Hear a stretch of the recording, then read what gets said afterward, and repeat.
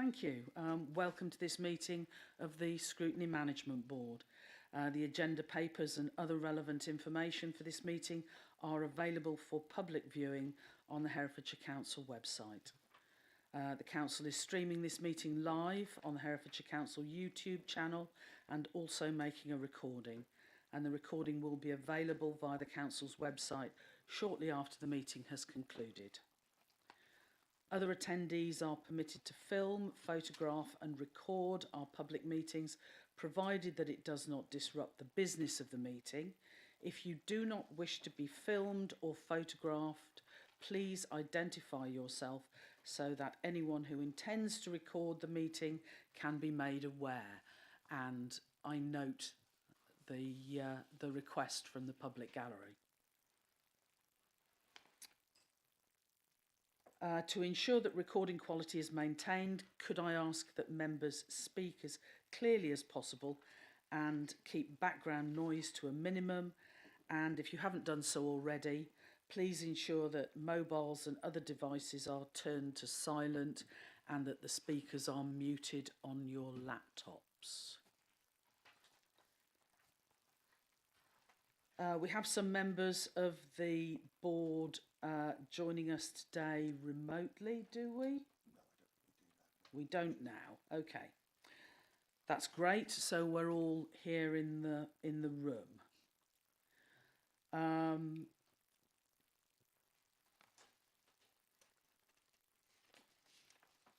We have a number of other attendees present, and I'll ask them to introduce themselves as we come to their specific items.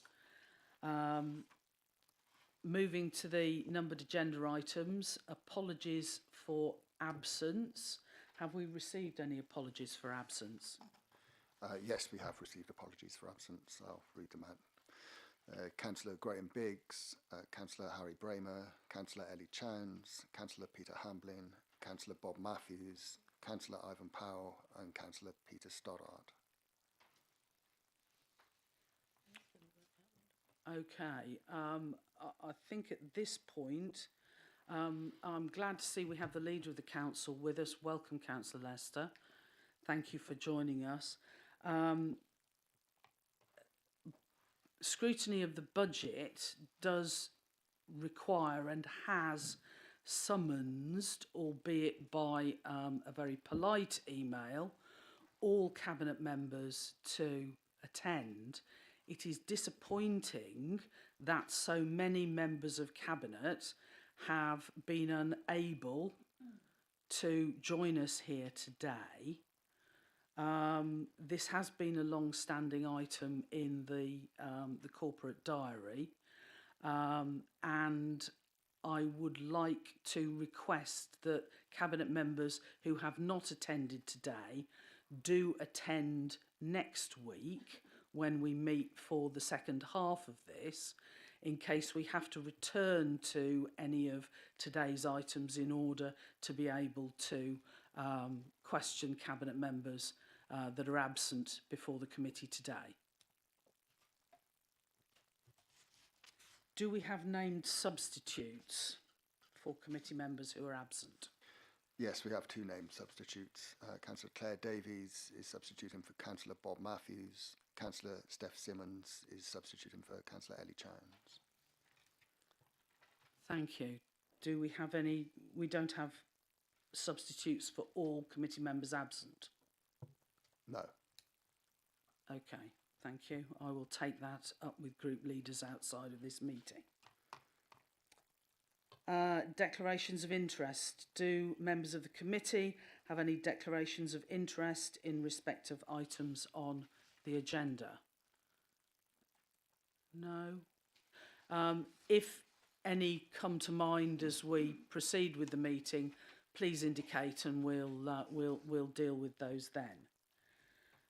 Moving to item 4 on the agenda, minutes of previous meetings. We have to approve and sign the minutes of the meetings held on the 7th and the 21st of November. Have we received any proposed corrections for accuracy? No. Okay, Can I move then that the minutes of the meetings held on the 7th and 21st of November be agreed as a correct record? Indicate from committee members. Thank you very much. Those are approved. I would like to draw officers' attention to the recommendations that are contained in those minutes, many of which relate to the budget scrutiny process, and a number of which have not resulted in information being provided as requested. Could I ask officers to review those recommendations and requests for information, and to coordinate with our scrutiny officer in terms of what information is going to be able to be provided for committee members ahead of next week's second take on the budget scrutiny? Okay, great, thank you. Moving on then, questions from members of the public. Have we received any written questions from members of the public? There have been 2 questions received from members of the public. The responses to those questions have been published as a supplementary agenda document. Thank you. Are there any supplementary questions? Yes, there have been 2 supplementary questions. I'll share the first of those, which was submitted via email from Mr. Declan Hill, and there is a second question which will be asked in person by Ms. Reid of Hereford.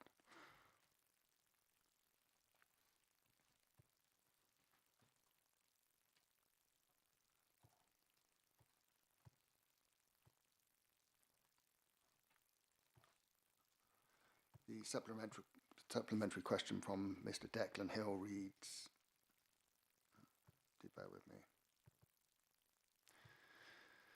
There are valid planning applications already over government statutory timescales, 8 weeks on day of validation, which haven't been allocated to a case officer, undermining confidence further in the development management team. What provision is going to be made for the requirement, again, for Herefordshire Council to likely to have to overspend on planning consultants to clear the ever-growing backlog of planning applications in Herefordshire, given development managers' reluctance to allocate to case officers, likely due to their mental well-being? Has this been considered in the budget, and does this need to be a catalyst for a reignited review of the service, particularly in light of the revolving door to interim service directors?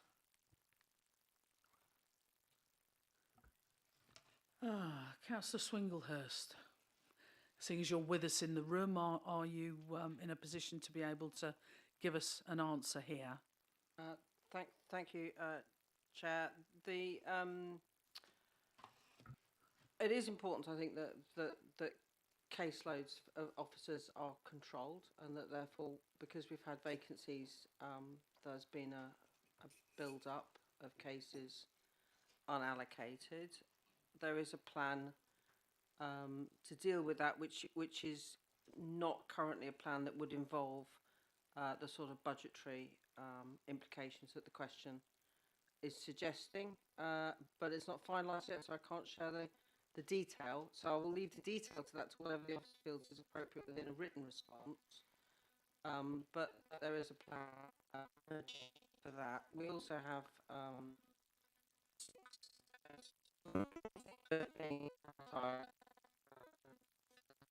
we don't have any interim service directors currently, so that hopefully we're seeing a directorate that is becoming far more stable, and and that will be dealing with this within its budgetary envelope. Thank you. And Miss Reid.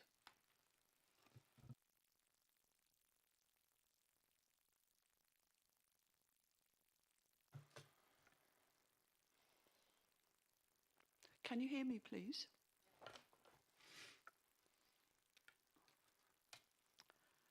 I do not considered that my public question has been satisfactorily answered. Many responses to public questions have not been satisfactorily answered or answered late. I should give a few examples of numerous possible examples. My supplementary question to the 8th of December 2023 Council meeting has still not been answered. I submitted a public question to the 14th of December 2023 Cabinet meeting asking how many children are in care, but the monitoring officer rejected it, claiming it was a freedom of information request. Members of the public voiced their dissatisfaction with responses to public questions to the Chief Executive on 8th of December 2023. How will the Scrutiny Management Board ensure that from now on, public and councillor questions and supplementary questions are satisfactorily answered by deadlines and in accordance with the Constitution? Thank you for your question, Ms Reid. I think what we need to do is to consider that as a question when we look at our work programme next. The work programme's not on the agenda for this meeting, but officers, could you please note that we take consideration of this question when we look at our work programme next.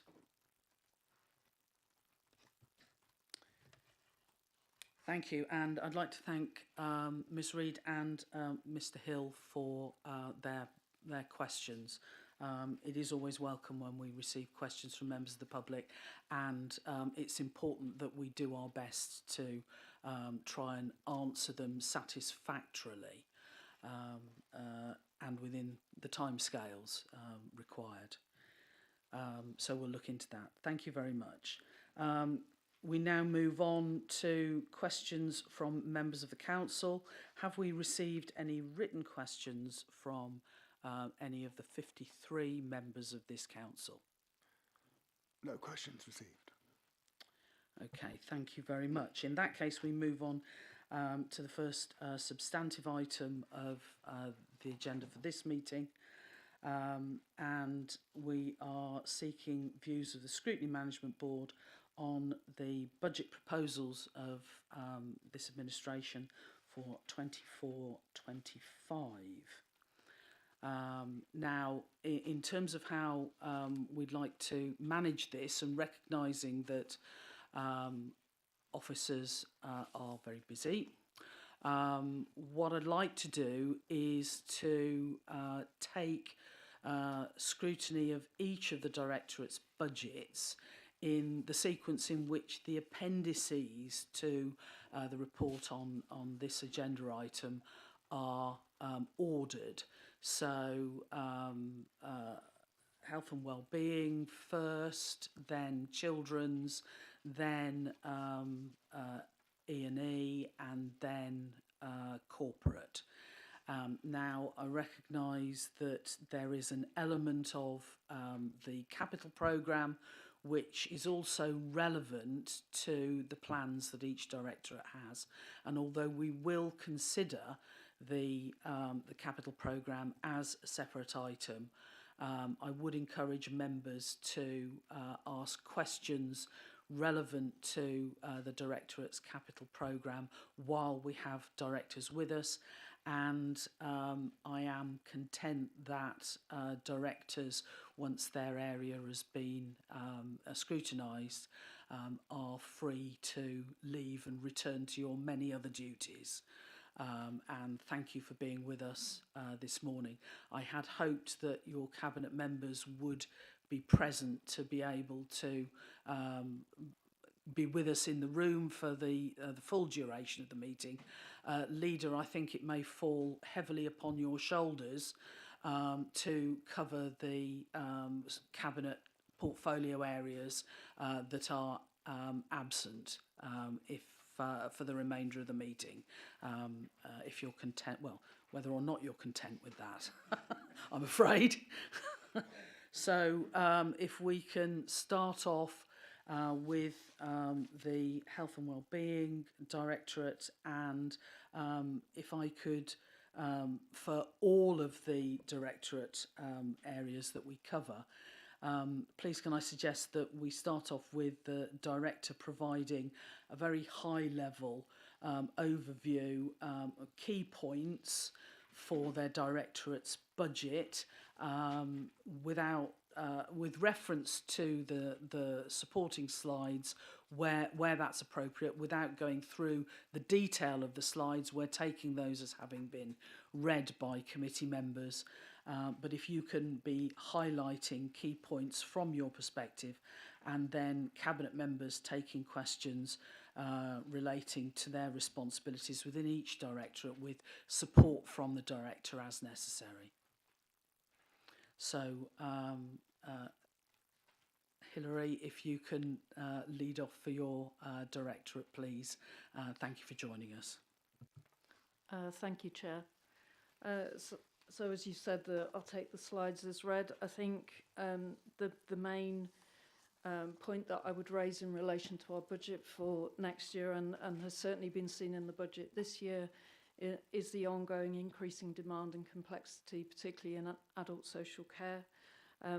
That is linked to, clearly we have an ageing population, but more specifically, we're seeing the number of individuals who are falling below the income threshold and therefore unable to fund their own care.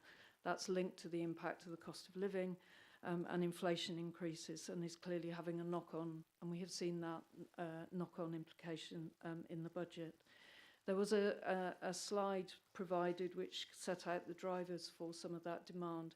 I appreciate it hasn't come through well on the published version, and we will reissue it afterwards, and I think hard copies have been provided to you.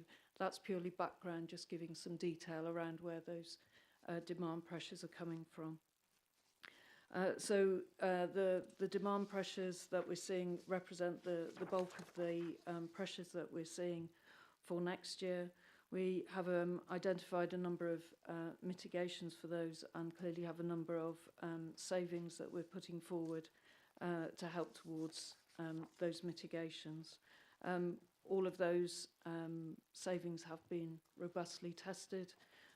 They are challenging, but they have been robustly tested. I think I would also say that in the current year, we are on track to deliver the savings that we set out.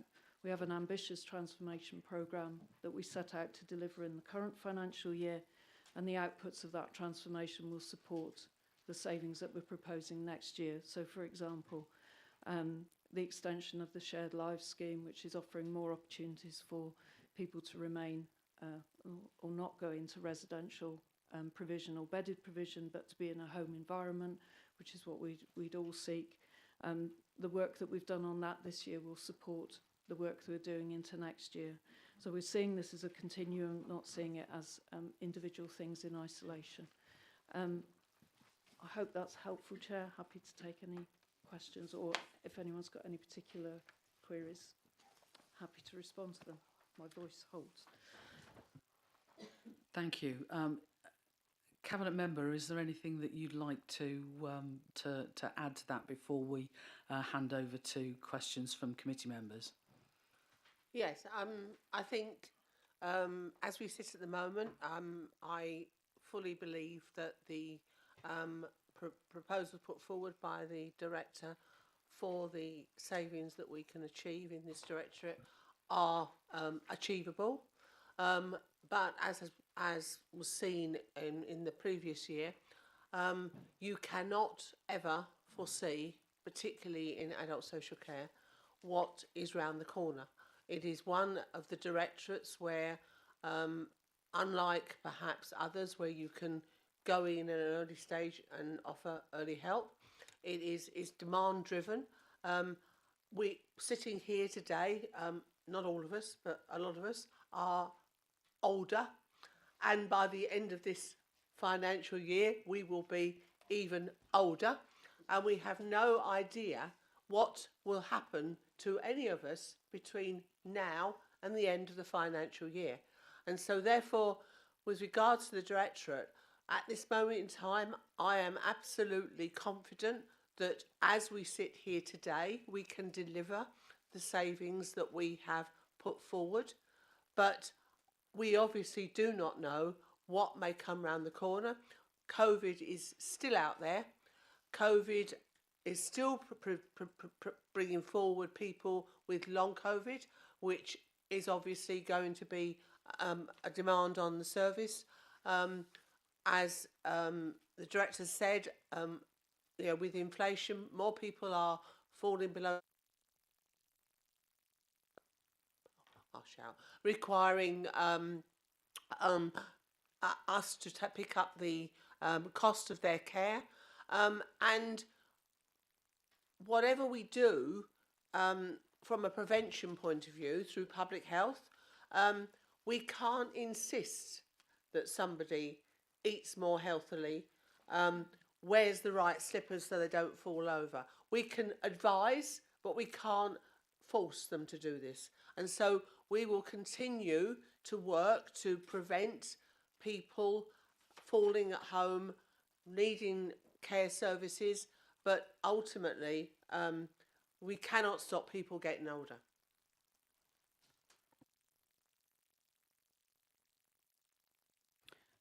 Thank you very much.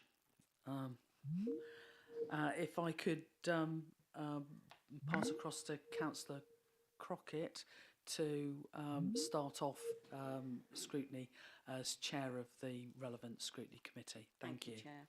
Thank you, and welcome and Happy New Year to everyone. Although, at what point do you stop saying Happy New Year? It is the 10th, so I'm not going to say it again. Thanks very much for all of this. It's, as you know, it's a passionate area that I enjoy dealing with. I'll stop there and think about that. But no, it's a very important area, and the one striking thing, first of all, was the increase in the budget that shook me. That we're having a 13% increase. I'm not saying that's wrong, because it is the most important next to children. We are talking about people here, not facilities or concrete things. So 13% increasing that to a £76 million a year budget. So big shoulders, Hilary. 39% of the council's budget goes on adult social care, which is really evident that we need it, and we have an increasing older population, as we are probably joining, and as we speak. So one of my questions really is, we are accountable to the public, so how do we prove to the public that this year-on-year ring-fenced funding is actually visible to them? So can we show that the support of the service and the budget that we are taking and using is what we need? Shall I stop at these questions, or do you want me to sort of let you think about that while I'm... Okay, so that's the first question really. How do the public see that we are spending this money in the correct way? My second question really is going on to page 47 of the slides, and looking at, first of all, the savings. We're trying to save, or we're proposing to save 3.251 million. And that is a big number, although it's in the scheme of it, it's relatively small, but still it is trying to save a significant amount of money. So the first big part of that saving I'm looking at is the S3, which is delivering on vacant permanent positions, deleting those vacant permanent positions.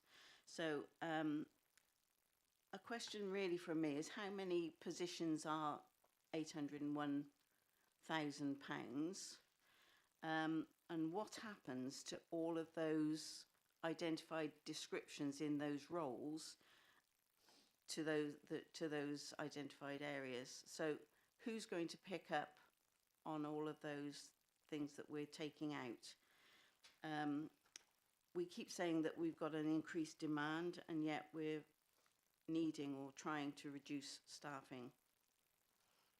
Shall I stop there and you do those two? Thank you. Through you, Chair. I think it's a really good question about how do we demonstrate to the public we're spending the money correctly and wisely. And I think we can do more around that. Some authorities, and at one time it was a requirement, but that lapsed as a requirement, published what was called a local account, which was an annual report in effect of what was spent and what was delivered in terms of adult social care. And I'd be keen to reinstate that and happy to do that as part of demonstrating that we are spending it wisely. We have other mechanisms, so every year we do a survey of all of those people for whom we provide care and support, and that's part of the national indicator set. So that gives us a good indication of people's satisfaction, if you like, with the support that they're receiving. I appreciate that isn't necessarily spending the money wisely, but in terms of that indirect impact of people's views on the support that they're receiving. So I think there's a combination of things we could pull together, but I appreciate that beyond showing the numbers, which, as you say, they're big numbers, we don't do enough, I think, to really tease that out, and that is much more that we can do. And it was certainly always part of the intention of the transformation strategy that we would improve the visibility of how we spend the money and what we do in adult social care, because I think there's always a perception it's about beds and bed-based provision, and adult social care is so much more than that. And I think there's much more that we can describe around what we do that will bring life to the numbers. In terms of the savings, the vacant posts, it's around 18, 19 posts. Half of those have been vacant for quite some time. We've been able to recruit to them. And therefore, I don't think there's an impact in terms of what we're delivering. Clearly, one would like to fill the vacant posts, but we have struggled to do that.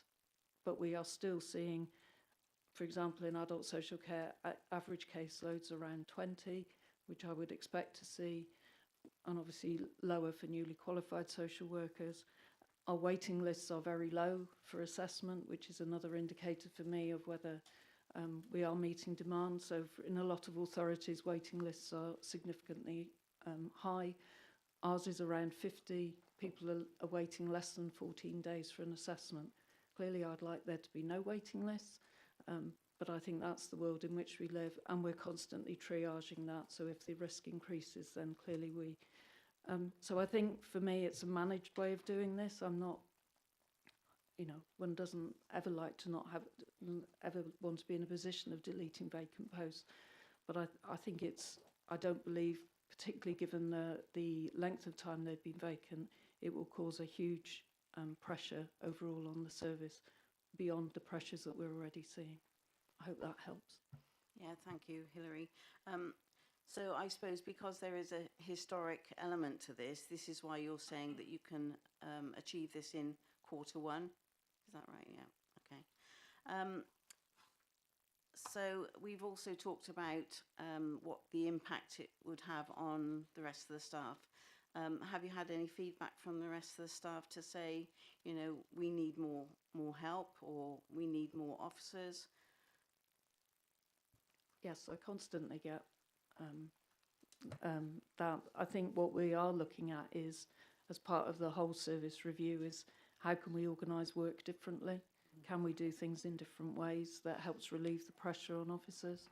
And that's, how do we use technology better? How do we equip people better to be able to work in, clearly people are able to work flexibly, but can we do more to that to support our staff? So yes, staff would always like more staff, absolutely. But I think there's more we can do to help in terms of the organisation of the work. And I think that runs through the whole council, better ways of working. Everybody is trying to improve services with what they've got, and without any additional costs. I don't know whether Councillor Lester, you would like to add anything about the ring-fenced part of the council tax, etc. And because, you know, the public often come to us as ward members to say, oh, you're putting up council tax again because of X, Y and Z. But I think the public, our residents, are really accepting of that ring-fenced fund. But as I've already alluded to Hilary, if they can be shown how that's spent in a broad way, not taking it too specifically, it might help the general public. Chair, you happy for me to respond? Yes, absolutely. Thank you. Thank you. Councillor Crockett, Happy New Year to you and to everyone. I think you keep on saying it until you've met everyone, to wish them the best for 2024 and 2025, because we're discussing the budget for 2024-2025.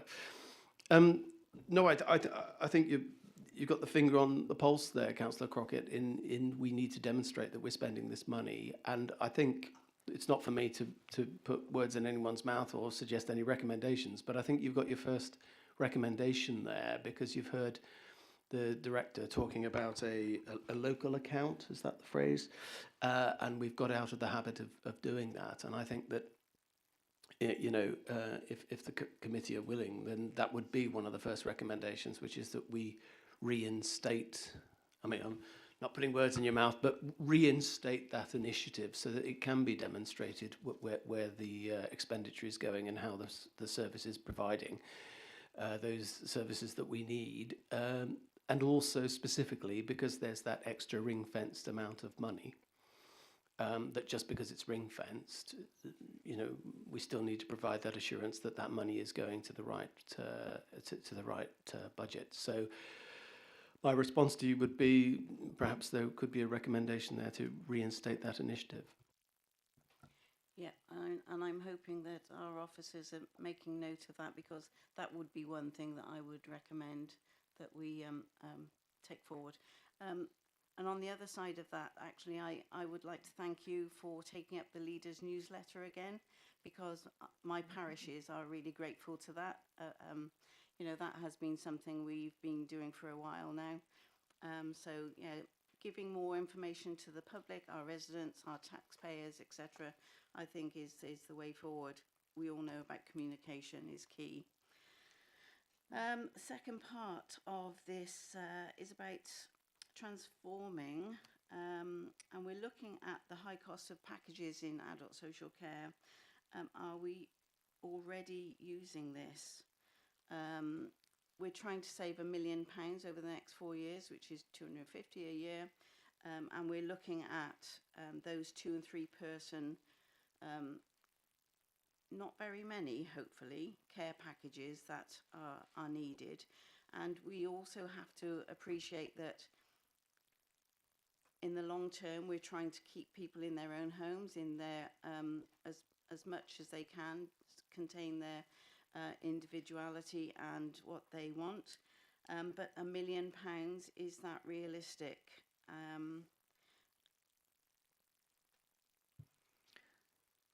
Yes, so we currently, our 100 most expensive care packages cost us £13.5 million gross.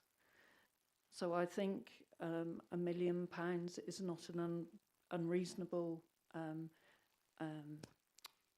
way of looking at it, particularly given, as I mentioned when I introduced the subject today, the work we've been doing around extending shared lives, the work we're doing around improving supported accommodation, looking at alternatives. The bulk of those of the expenditure will be in bedded provision. It always is. So actually what we want to be looking at is alternatives to that, because we want people to be living at home as much as they can, or in a family environment where living on their own isn't possible. So I think it's robust. We've tested it. We've looked at the individual cases. We believe that is, you know, it is a lot of money. £13.5 million is a lot of money. £1 million is a lot of money, but I think it's done in the most sensitive, robust way, I believe that is achievable and realistic. And I know you've been looking at this for many years anyway. Well, not you in particular, because you've not been here many years. But, you know, this council is looking at that all of the time. And it's one of the areas that needs to keep being refreshed, because people's needs change, as we all know. You're very right about saying the increased number of adults are falling below that threshold to actually pay for their own services. And we, again, have to try and capture that evidence to say, you know, what is happening now, what may happen in the next 12 months. It is a very fragile area of delivery service because we don't know about everybody, but I'm sure as ward members, we all know of situations in our wards that the residents have needed additional care, and they haven't in the previous 12 months, perhaps. And my final point about this draft budget revenue is about the library. This may be a bit of a bone of contention, but you are planning to reduce the library hours by 10% at a saving of £55,000. Well, to me, when we're trying to get the best from a library service, I'm finding it difficult to say that we really should be cutting that service when we're looking to improve it and expand on it and invest a lot of money on it. I think that's a reasonable statement. I don't think one would ever want to be in that position, but it is what we're proposing. We're not looking to close any of the libraries, but we are looking to see what we can reduce in terms of hours based on footfall and usage. So it's not a blanket cut across. We're trying to do it in a proportionate way based on footfall and usage. Also looking at how we can use the mobile provision better as well to support it. We have been fully engaged with the Department for Culture, Media and Sport, because obviously libraries is a statutory provision and they're the superintendents for the provision. So we know we need to consult on it. We know we need to do a needs assessment, but we believe we can achieve it in a proportionate way. But I accept the view you're stating. And I think another point to that really is because we're in this transition at the moment where we've got a temporary library. I know a lot of people who do not go to the library now because they don't even know where it is now, and that's the thing for communication again, I think. And we need to try and encourage that, because if not, the success of the new library is not going to happen. People still won't come back. Especially when you've got so much that you can do on the internet. We need to try and keep that service going so that we can prove it is something we need. Yes, I absolutely agree. And just to say on the temporary provision, we've currently got the temporary provision at Friar Street. We are looking to move that temporary provision to have it more central so that people can access it better. We appreciate it isn't that accessible at the moment, which again I think will help. But yes, we are looking to improve that. That area, is it going to be on the Zippers route? Because that would be really good. Because if the Zipper that is now operating in Hereford City, if that came to an area where the library was, that would be a benefit, I think. I'll certainly bear it in mind. Thank you. That's all I've got at the moment, Chair. Okay, thank you, Councillor Crockett. I've had indications from Councillor Simmons, Councillor Fagan, Councillor Cornthwaite and Councillor Stark. Just ahead of that, could I seek a point of clarification where you were talking about the £1 million savings from review of care packages? You spoke about the majority of the most expensive care packages being associated with residential care, but the saving talks about 2 and 3 sort of care, two and three person carer packages, are you looking at stepping people down out of residential care into home settings where they have two or three carers coming to attend to them? Or are you looking at reviewing two or three person existing care packages to try and step those down to a smaller number? Or are you looking at new cases potentially being supported in a home setting with two or three person packages rather than going for a residential option? I don't think it's all. I think it's looking at all of those. So we want to look at those that are in currently embedded provision and care homes, residential care. Is that the right provision for them? At the end of the day, this is all based on people's needs and ensuring they're in the right place. So part of it is reviewing those that are currently embedded provision to say, do they still need that, or could actually they be supported at home or in a family environment with care, which may well be 2-to-1 or 3-to-1. It's looking at those that are currently receiving 2-to-1 or 3-to-1 care and saying, do they still need that? Because people's needs change, and needs do go up as well as down, but do we look at that? And certainly for new people coming through, it's saying, how can we meet those needs in a way that may not be straight into bedded and maybe staying at home with 2-to-3? So I don't think it's either or. I think it's a combination of looking at each individual case and working out what is best for them. But I think, so I think, as it says there, it's a review of all of the active high-cost packages, but it is looking particularly at 2-to-1 and 3-to-1, because we haven't looked at those for the last couple of years in very great detail.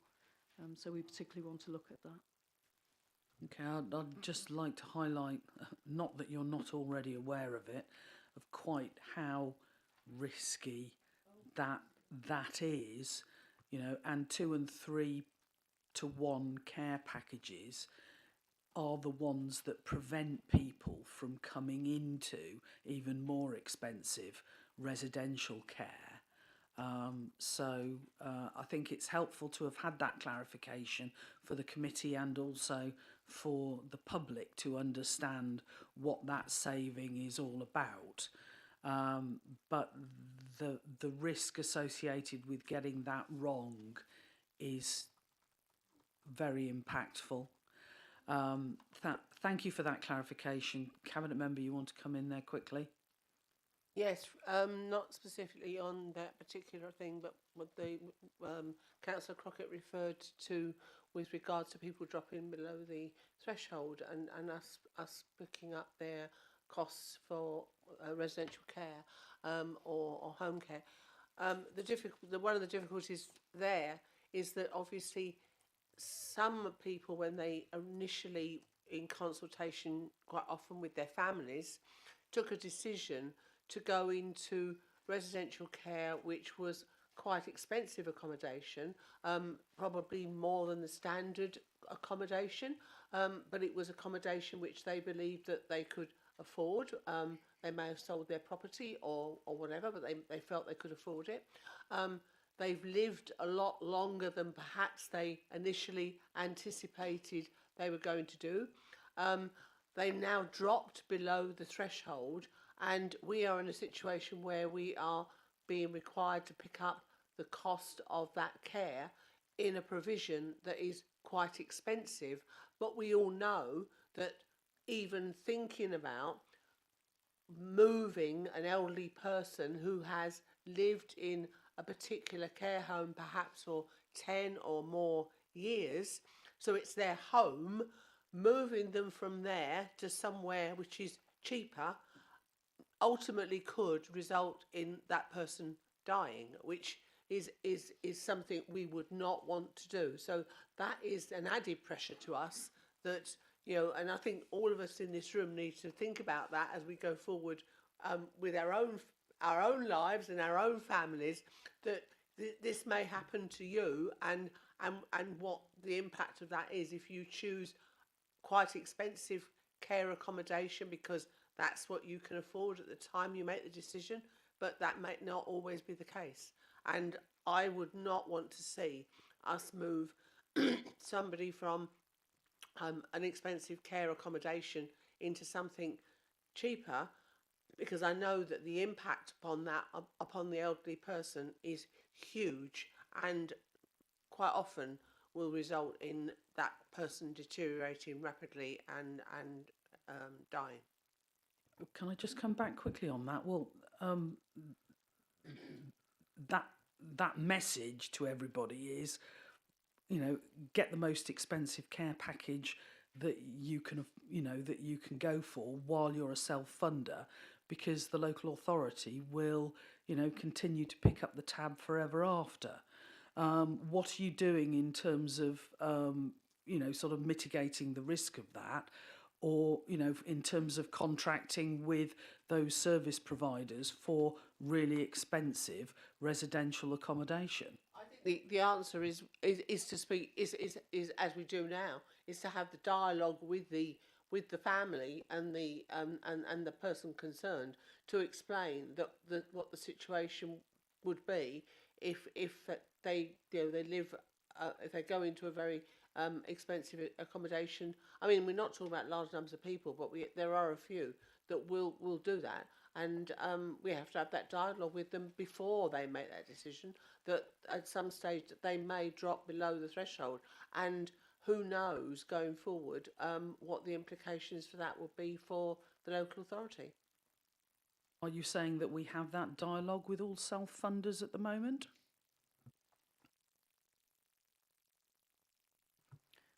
We don't have the dialogue with all self-funders, and I think part of, and it's to the point Councillor Crockett made earlier, I think there is more we should be doing to be clear to people how social care is funded, what happens when your money drops below the income threshold. All of that is still not well understood, I don't think, and I think there's more we can do to promote that and increase people's understanding of the implications.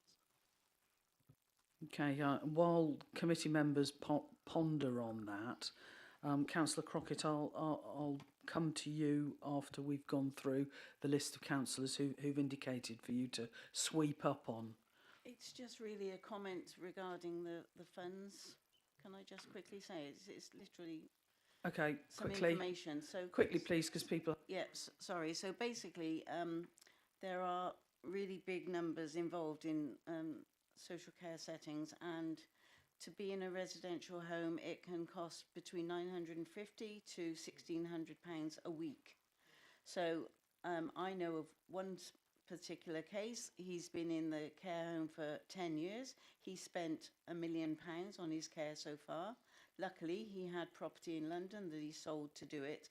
So we really have to be aware of where the self-funders are, and at what point they are likely to come into our service. So I think we need to try and reach out to all of those care homes and say, how many residents do you have? How many are self-funding? And then work out basically, a rough idea of how many are going to come into that gap that we need to pick up on, because otherwise it's an unknown quantity. Well, it sounds like we're needing to have some sort of assurance that the communication with self-funders that doesn't currently exist is going to be developed and put in place to enable those kind of discussions to take place. So that's a gap at the moment which would need to be filled in order to underpin some of the approach to delivering those savings. Sorry, Chair, if I could just come out. I agree. I think we do have conversations with self-funders, but we don't do it in a systematic way, because if they contact us, then we have that conversation with them. I think what we're seeing with the trend of people, more people falling below the threshold means that we have to do something in a more systematic way. So I absolutely accept what you say, and that's something that we can put in place. Thank you. Councillor Simmons, then Councillor Fagan. Thank you for your patience. And then it'll be Councillor Cornthwaite and Councillor Stark. Thank you, Chair. Thank you, Hilary and Councillor Gandy, for very eloquently in your slides and in the discussion pointing out the extreme pressures being faced community well-being from adult social care, and I think as Pauline's, Councillor Crockett's discussions prove, that there are lots of areas of concern. My focus would like to be on the other areas of community well-being, in that there's obviously a lot of talk about costs from adult social care. One of the other key areas that community well-being delivers on, and one of my areas of concern about delivery, areas of concern, risks, alignment with county priorities and whether the savings are credible, relates to youth provision, young people that are not captured within the statutory provision within Children and Young Services Directorate. Community wellbeing has a remit across some of the sort of working families, age groups that don't come under statutory care within the other directorate, but that are delivered through things like Talk Community. Now, obviously, you talk within the slides within S1 Workforce Service Review and looking to save £353,000. I want to try and understand what that full review is considering, and with the pressures from adult social care, does that area of the budget become increasingly squeezed? And therefore the risks to the county priorities for early intervention in terms of the non-statutory, but preventing that coming through to Children's Directorate. It's the kind of the siloing of this work, if you can understand what I'm referring to. So through you, Chair, I've been really conscious in pulling together the savings proposals to look at these things on a whole directorate basis. So clearly there has been a focus on adult social care because that's where the big pressures are. But I've been really clear in looking at that I look at this as a directorate as a whole. So yes, early intervention and prevention is just as important in adult social care as it is in adults as it is in children's. So I'm not looking to silo Talk Community, or they're not disproportionately impacted in any of these savings. They are making a contribution, as is every part of the directorate. And you are conscious that we're doing a full review of Talk Community at the moment. That's part of what we're doing, to see how we can both look at the gaps and improve what we're already doing there. So I'm certainly not looking to squeeze Talk Community, see that as a really key part. It supports adult social care as it supports children's services. So we're not looking to squeeze it. We're not looking to disproportionately take money out of it as part of these savings. It will be looked at in the round. Yes, it will take some, it will make some contribution to the savings, but we're not looking to squeeze it or reduce it to a point where it becomes ineffective or can't contribute to those wider county aspirations. Can I come back, Chair? Yeah. So can I, because I'm a relatively new councillor, you might need to help me understand this. In the Children's Directorate, is there money allocated within there that goes into Talk Community to do this work with sort of youth within the county? Because I'm just seeing that this keeps getting lost because of the absolute pressures from adult social care, because it is held with under community wellbeing, that kind of community engagement with the, I understand the need to keep people in their homes longer at the adult end, but community wellbeing extends to obviously all ages. And I'm trying to understand how we get that community engagement with young people, with families, working families, and ensuring that that is retained. And I appreciate your passion on it, Hilary, in terms of trying to attain that. But when it comes down to budgets and everything is being cut beyond the bone, as Councillor Crockett has said, it's understanding where this money is, how we ring fence it, how it's captured in there without being squeezed as budgets become pressured. So there is no contribution from children's to the youth provision that is supported by Talk Community. Talk Community does work in a holistic way, so it is an all-age service, just as all-age commissioning, which also sits with me as an all-age service. So I appreciate the conversation has been around adults, but we don't see it as exclusively in that. We know that Talk Community has done a huge amount, for example, around the holiday activities fund. We've continued to support that. Certainly not looking to reduce the provision or reduce the focus on youth and young people. I think what I'm keen to do as a result of the current review of Talk Community is be really clear where we are going to focus attention and where we are going to be, and almost have a development and a service plan coming out of it that makes it really clear, in the same way as we've talked about this is what we've done, this is how we spend the money in adult social care. Equally for Talk Community, this is where the focus of the work is. I think there's still some lack of clarity, perhaps is the way to express it, about what Talk Community does and for whom it does it. And I think there's more we can do to improve that going forward. But I'm certainly not looking to reduce or ring fence it solely to support for adults in any way. That's not the intention at all.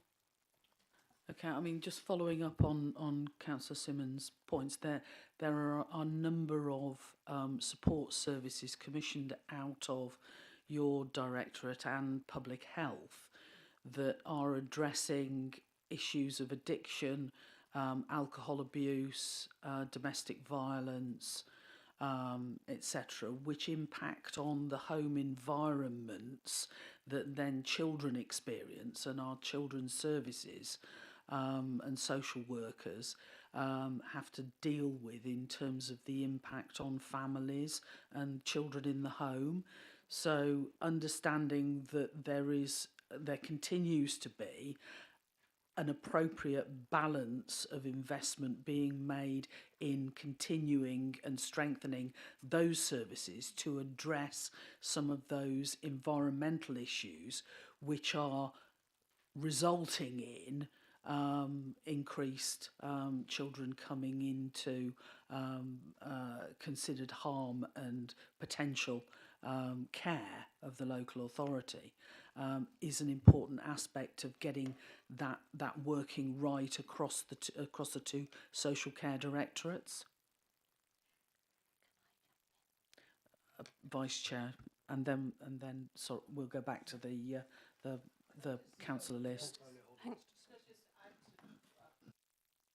The comments that were made by the councillor is the fact that within public health there is a lot of work going on working with young people, mainly via the schools, but in activities outside of school. There's work that's been going on. I've been to visit in Belmont area with regards to young people who have been identified within the schools as lacking in confidence, and particularly girls, and taking them into groups where they practice martial arts, and they do dancing, they do all sorts of things. And I'm going next week, I think it is, to an organisation where they do a lot of climbing on walls and things. I'm not participating, I have to say, but there is a lot of work that is done within public health to look at young people in Herefordshire who are dealing with issues within their families and working with them specifically. And thank you for that input. But like we're saying, public health sits in this directorate, and you'll still talk about children, but we're funding it from this directorate, or we're funding it from public health. Just before we go back to Councillor Simmons, I wanted to add to that was on page 11, paragraph 17, it then says, it is proposed that the 3.8 million all ages social care budget approved in the 23-24 revenue budget is now applied to the Community Wellbeing Directorate in 24-25 to fund demand and cost pressures in adult social care. So are we taking, as Steph is pointing out, even more money out of prevention and early help, and now we're actually moving the all ages social care budget to fund demand and cost pressures in adult social care as is written there? Yeah, I think the problem is that it's going to be invisible. Previously, we put that as a bridging budget across the two directorates. exactly to fund the kind of cross-working for all age type provision that is seen as being important in terms of the transformational journey and pressure management, both in children's and in adults. To absorb it into the budget for one directorate makes it invisible, and we lose some of the assurance that was needing to be sought, that all age work was underway, and that cross working between the two directorates was developing and strengthening.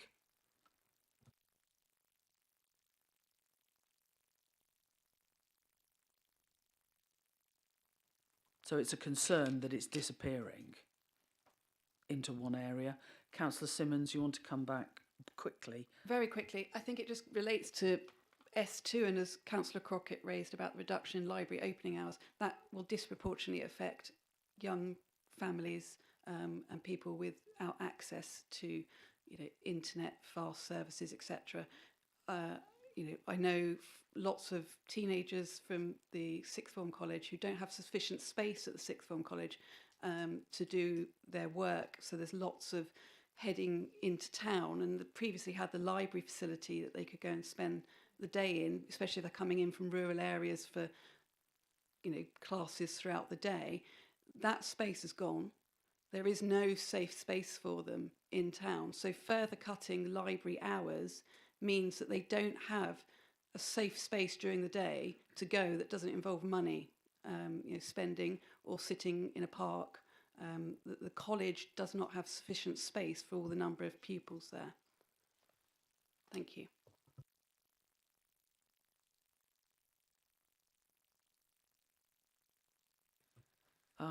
Can we move to Councillor Fagin, then Councillor Cornthwaite, then Councillor Stark? And I think we're focus. Yeah, thank you. And actually quite a lot of the points that I wanted to make have already been covered. But I just wanted to ask about this, the public health savings and the issue of, again, commissioned services. So the reduction, I assume this is a reduction in the commissioned services in public health. And again, that sort of links to on page 25, it talks about reduction in non-care contract values, again, which I assume is the community, the voluntary sector. So the question is, have we learned from the past 10 years the impact of reducing support for the voluntary sector and those services outside of the council that actually support our community sector, that actually cutting those leads to greater costs? I think is, and it relates to the conversation we've had before. But then I also just wanted to ask about the collaboration with other partners outside of the council, because if the council is unable to deliver on looking after the community, which it shouldn't be expected to look after the whole community. There are other agencies that do that, and other agencies also have budgets to help. So I'd like to know just a little bit more about the discussions that have been had around the collaboration with those agencies to ensure that the community is well held by support nations. Thank you. Through you, Chair. In terms of the public health savings, the savings that have been achieved on the contracts have been done through procurement exercise. So it's not cutting support for voluntary organisations. It's the statutory public health nursing contract through which savings have been delivered as a result of a commissioning exercise. So it's not cutting it in that sense. And a further decommissioning of some software that was being used for health checks. So it's not cut that provision in that way. In terms of the voluntary sector, we do have a contract at the moment for voluntary sector infrastructure support that comes to an end in June next year. In line with all of the contracts we're looking at, are they delivering what we need to do? To your point, I think it's well made that It's not just the council that's responsible for holding the community. We work with a range of other partner organisations. We're particularly working with the Integrated Care Board because they are looking for more support from the voluntary sector, and therefore we are looking at the round in terms of how we work with them to bring our funding together, if you like, to meet the requirements more generally, so that it isn't just a responsibility of the council, it's how we do that collectively in partnership with the community and voluntary sector and with our statutory partners. We've been having some good conversations, for example, with the registered housing providers. How can we work together more to provide that holistic support? And you're absolutely right, that's where we want to be. And I think there's much more we can do. All of our resources are not huge, but by bringing the resources together, we can use them in a much better way. And that's part of the work that we want to do going forward, and is integrated into the transformation work that we're doing. Thank you. Councillor Cornthwaite, then Councillor Stark. Thank you, Chair. I want to go back to the reduction of the library opening hours by 10%, when I'd love to see it was increasing by 10%. I think we're going to have a fantastic facility, but I still think we need to be working into that now. And I wondered if there is any feasibility in looking at the voluntary sector for being able to increase the number of hours the libraries are open, because I can just see that there will be a lot of people that would love to volunteer for a service like working in the library. Now, it might not be practical because, of course, there's unions and all kinds of things like that. But is a library service somewhere where we could look at volunteers helping us out? So we already do have that in some of our libraries, and it's certainly something we can explore further as part of looking at the whole library review. Part of what we need to do is look at a library strategy, and we'd certainly be looking at greater use of volunteers where we can do that. So yes, I'm very happy to take that on board. Chair, can I just add something to that, please, quickly? Can you do it in the summary wrap up at Yes. at the end of this section? Councillor Stark, you've been waiting patiently. Thank you, Chair, and thank you, Hilary and Councillor Gandhi, for your explanation so far. The trajectory we're on with this particular directorate means it'll be almost taking 40% of our budget before very much longer, which is horrendous. And I'm trying to understand the movement in the actual budget that before me from last year and this year. And I do want to look at this mitigation. I know Councillor Crockett, Councillor Bartlett has already mentioned this all ages 3.8 million that was allocated to 23-24, Chair, has been now used as a mitigation for 24-25.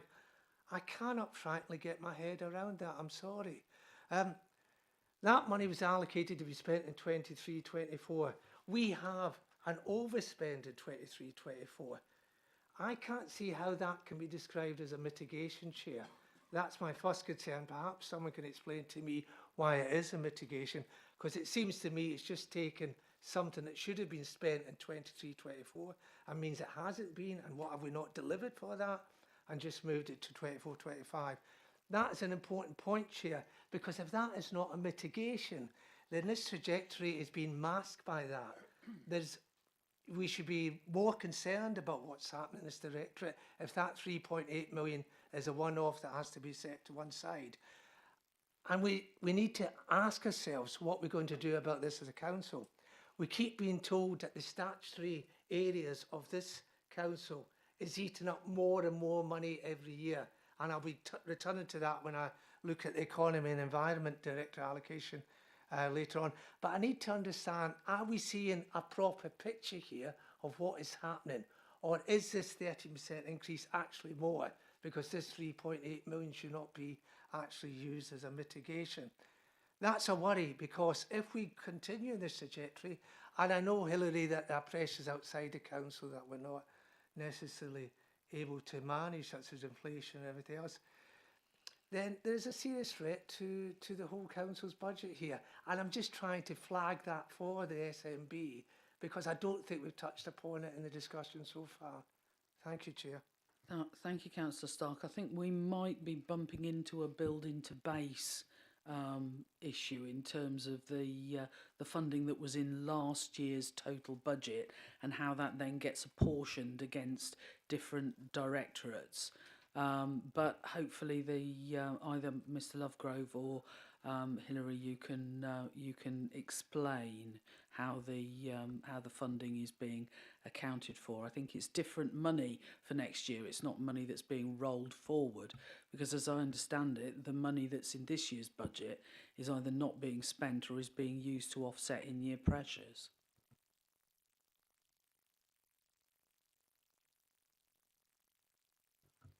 Chair, I'm happy to pick that up. In terms of the £4 million adult social care, that's been reallocated and that's been noted in the Cabinet reports, the quarterly monitoring. So that's been very clear and transparent as the arrangements go forward.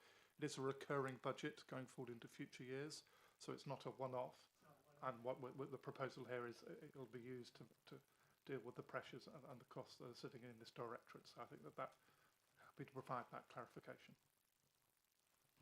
But it is an opportunity cost, Andrew, because it could have been used for something else, as we've talked about as a committee already. That's the worry I've got, is it's been used as a mitigation for something that it wasn't necessarily intended for, Chair. That's what I'm trying to get at. Yeah, I think it's also a question of whether it's being pulled, as Councillor Simmons was expressing concern over, being pulled further towards supporting the older members of our community, rather than being for all age commission, supporting the commissioning of all age support that is benefiting both directorates. And I've got another point about the capital programme, because you said I could use that opportunity while Hillary's here to touch upon that. But this is a general point that worries me.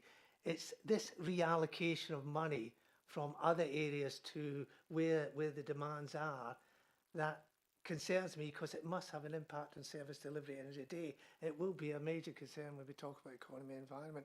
But if I can just touch upon the capital programme, Hilary, I notice you've got a project for 550k in total to improve care home buildings. Can you explain what that is and what that's about? Because I didn't get a clear picture from the business case as to what that actually was meant to cover. I know, Chair, you said we could use that opportunity while the director was here. It's a 550k project in the revision to the capital programme that we've got in our next item, Hilary.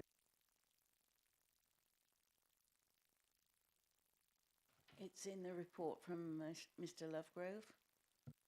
Okay, I think while you're finding that, Councillor Bartlett, you wanted to jump in on the previous point.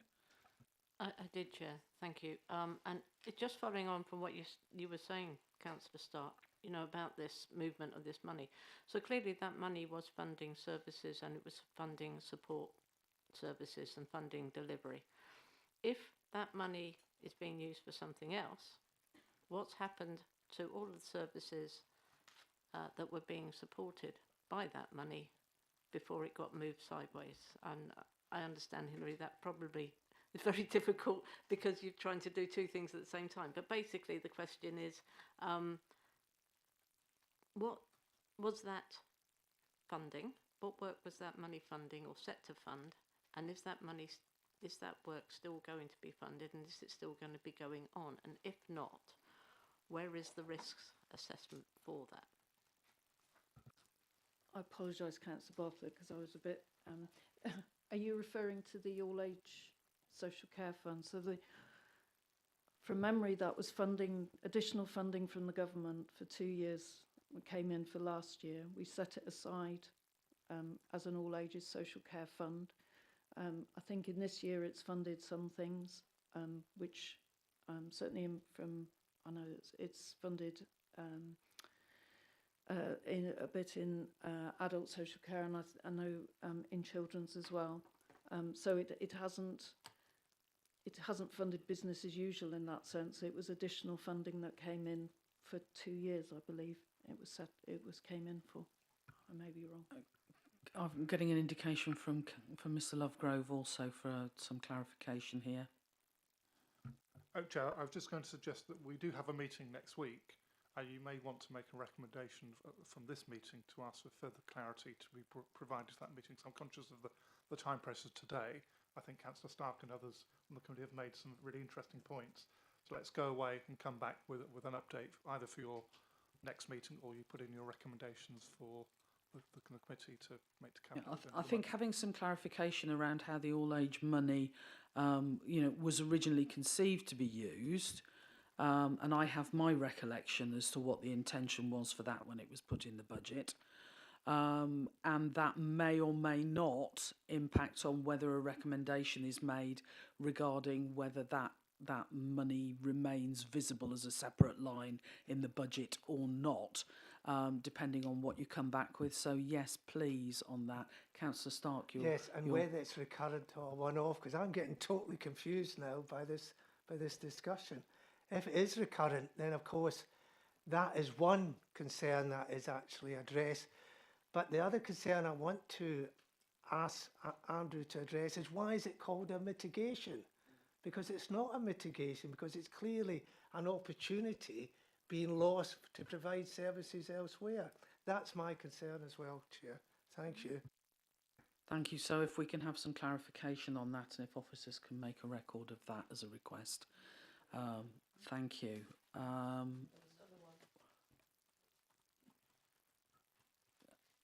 Hilary, yeah. Sorry, Chair, I just wanted to respond on the query on the capital programme. So it's there are 2 care homes, small care homes for learning disability clients, one in Hereford and one in Leominster, that are run through Hoople Cares, and this is funding to for property works to improve. We own them, and Hoople Care provide the care provision in them. No, they're definitely ours. It's definitely our buildings, and it's improving those.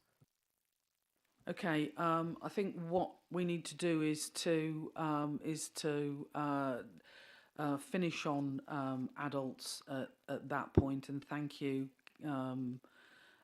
committee members, for the questions that you've raised on that, and cabinet member and Hilary for providing us with the support on that. If we can move on to Children's Directorate now, and Councillor Fagan, if you could prepare to lead on asking some questions on that after we've heard from the director and the leader, in the absence of the cabinet member.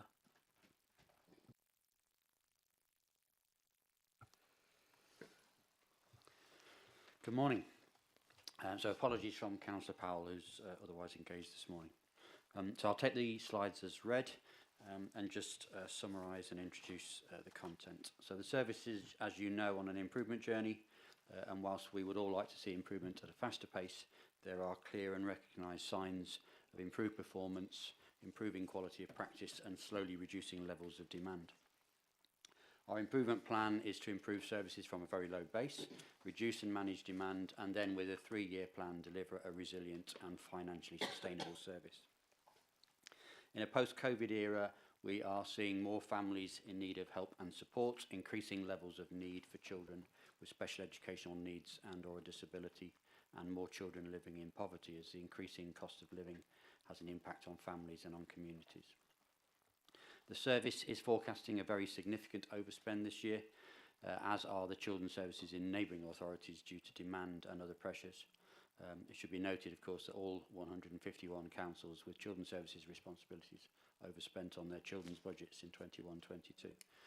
That's not excusing our own position, but it's also putting it in context of some national pressures and national challenges.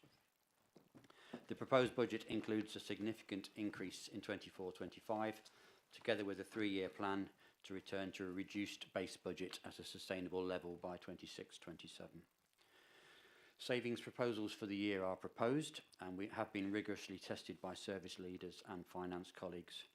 we go into this next financial year in a more certain and steady position than we went into the current one, and with a clear trajectory of reducing demand and improving practice. And I'm confident that we shall be able to achieve these where we have not been able to do so in this year. I'm very happy to take questions. Thank you, Leader. Is there anything that you'd like to add on behalf of the Cabinet member before we move to committee questions? Thank you, Chair. No, just to thank the committee and the Task and Finish group that have been working on the budget for children's services. That I know you've had lengthy meetings to go into more forensic detail on the proposals. So thank you for all of that. You know, we're in the midst of an improvement plan that was started by the last administration. And we're working our way through that. And as you've heard from the director, there are improvements, but there's still a long way to go. But what we really want is to fund a service that is proportionate to Herefordshire's needs, and that's why we're taking these measures to ensure that we have an improvement embedded into the service, so that we're paying for the service we really want, rather than paying for a service where we're having to make all of these improvements. You know, thank you for the work that's already been done so far, and you know, I look forward to the Scrutiny Committee's queries and recommendations. Thank you. And before I hand over to Councillor Fagan, just a point of clarification, please. On page 55 of the agenda pack, the Directorate identifies an overspend forecast for this year of 11.5 million. But on page 58, it says that the pressures in 2023-24 carried into the budgeting process are 13.5 million. So could we just have some clarification about that 2 million difference, and whether that is indicative of whether the in-year management action agreed in the Q2 performance report for this year is not expected to deliver the impact identified at the time in terms of in-year performance?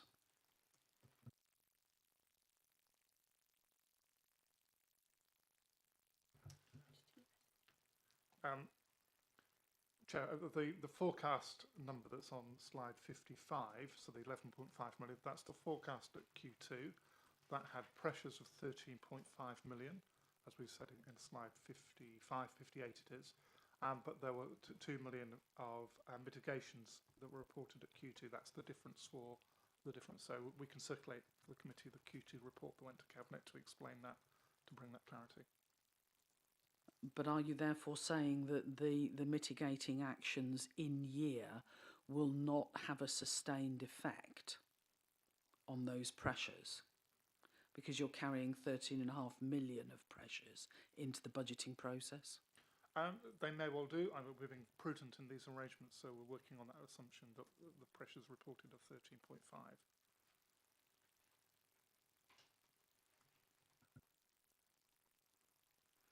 So the in-year actions will not have a sustained effect?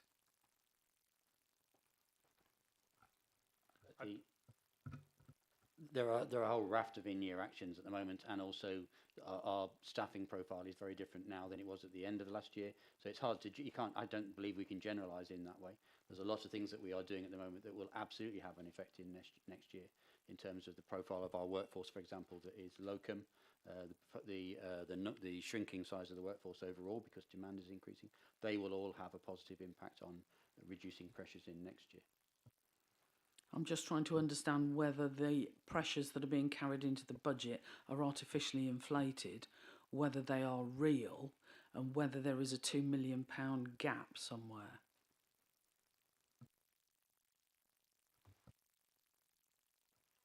I don't believe there is. I believe we've rigorously tested the budget proposals and the savings proposals, and obviously there is a very robust monthly monitoring going on through the budgets. Okay, I'll hand over for now to Councillor Fagan while I digest that. Thank you. And I think that question of the robust monitoring is something that it would be good just to drill down into a little bit more, because I think what we've experienced over the past year, past couple of years, is that the costs have run away with us, and that we haven't actually had a proper handle on that. So while this budget is ambitious, and I think a lot of that sort of lies on the strength of the improvement board and the improvements that we hope will be delivered. But we do know that the pace has been an issue, and so the question really is, so let's look at the issue about social workers. Have we got evidence that will show that the cost savings on social workers migrating from agency to permanent is actually achievable? Because those have actually been put at the end of Q1, and basically agency numbers have been, it's been difficult to shift those over the past financial year. So what evidence do we have that actually we are going to see that migration sort of cost impact? I'll ask questions as we go through. Thank you. So, for example, we calculated there that if by the end of Q1 we can convert 30 agency posts into permanent, that will have a cost avoidance or a saving during the remaining 3 quarters of next year of just over £1 million. We calculated that in October when we were preparing the budget build. I know, for example, already based on a meeting that we had yesterday, that we've already converted 10 of those posts in the period up to Christmas. We've got 6 other starters in the pipeline at the moment. So what we did was we worked very closely with our finance colleagues, with our HR colleagues, to make sure we came up with a realistic target, but it's also based on a trajectory of improving recruitment. So we've seen an uplift in our recruitment to permanent posts in what is equivalent to Q3 of this year. We expect that it will dip slightly just before Christmas and January. We see that it happens every year. But again, even with the adverts that we've got out in a minute, we're seeing applications come in. We're really starting to see a turn there, so I feel very confident about our ability by the end of June, end of Q1, to have converted the equivalent of 30 posts. Obviously, if the posts that we convert are higher value, if you like, in terms of team managers, service managers, head of services, then they have a greater impact. The other degree that gives me confidence at the moment is that the appointments that we're making now, they will have joined us by the 31st of March, which means we'll see a full year effect rather than a 3/4 of a year effect.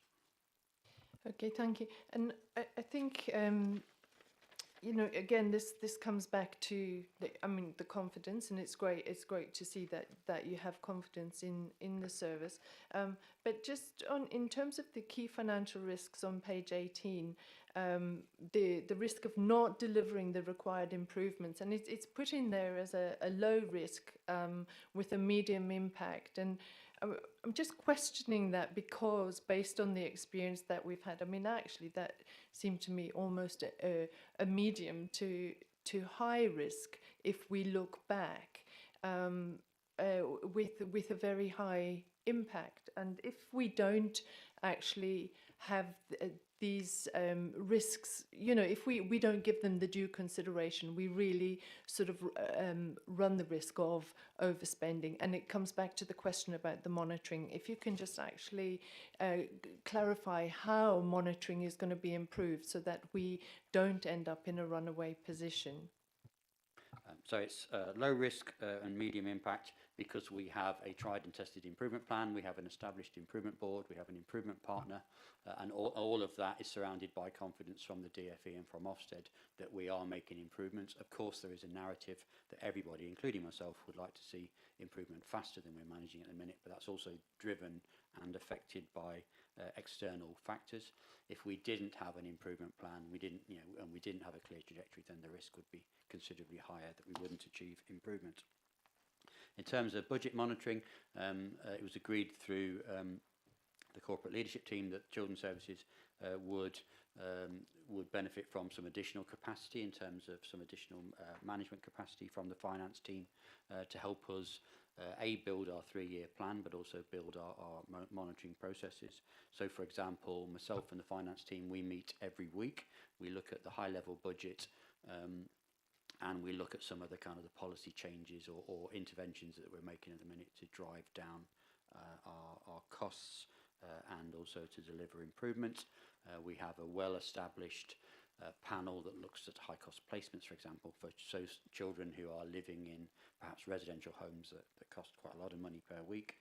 That involves colleagues from the finance team as well as from the placements team and the service, and they robustly and regularly monitor between 30 and 40 placements at any given time in terms of cost, value for money and the like.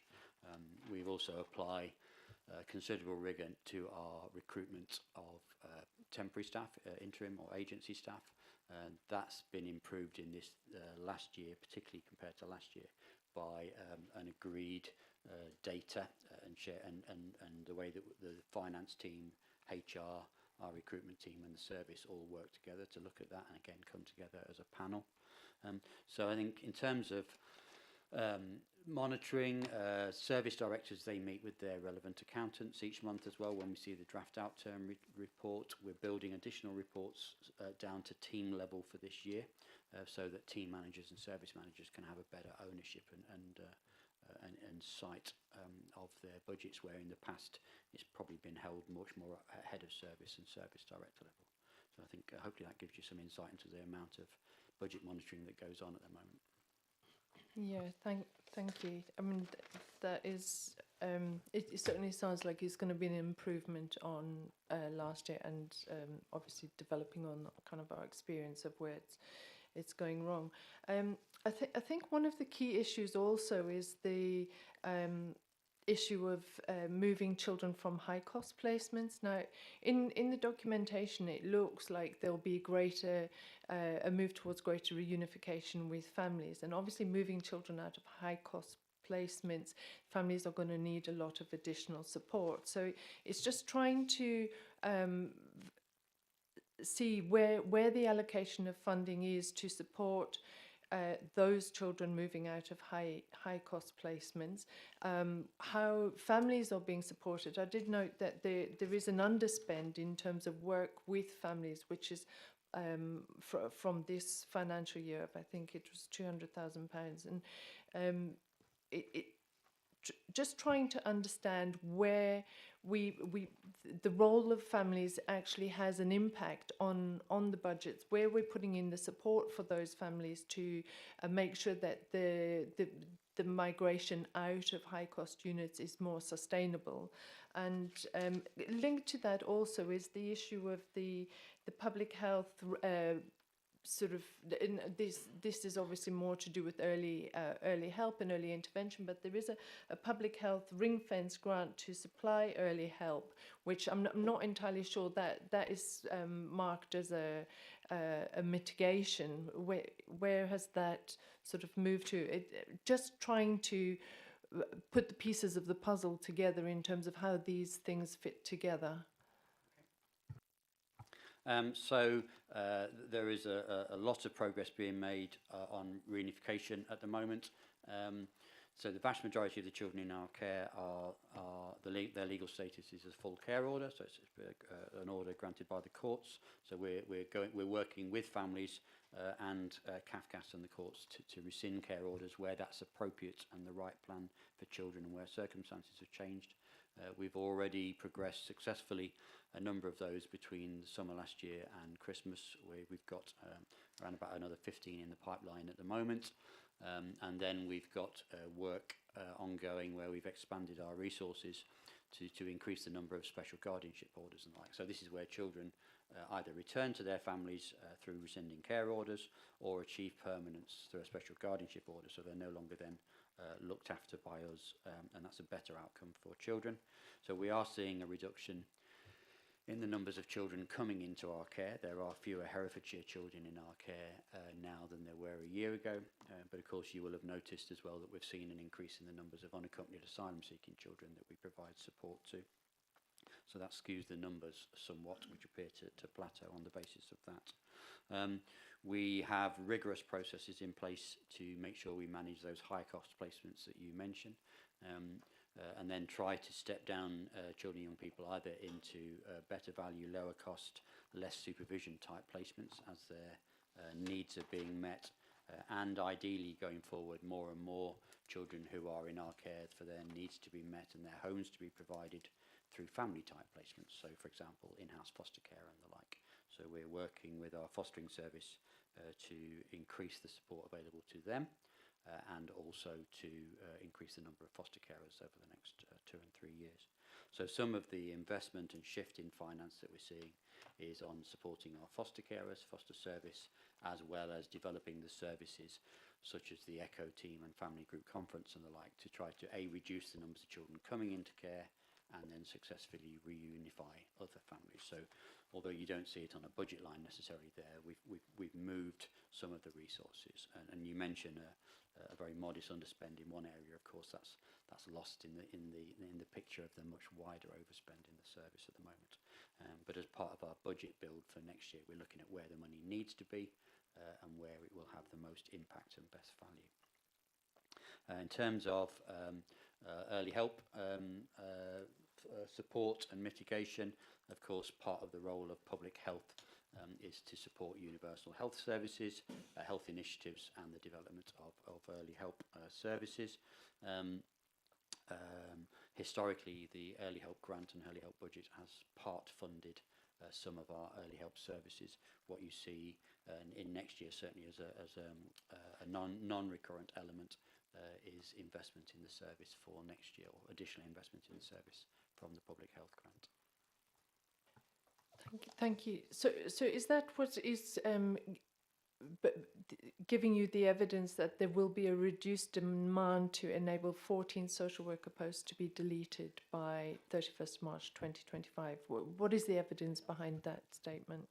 So, for example, we've already seen a reduction in this year of social workers. We will end this financial year with a smaller establishment that we started this financial year.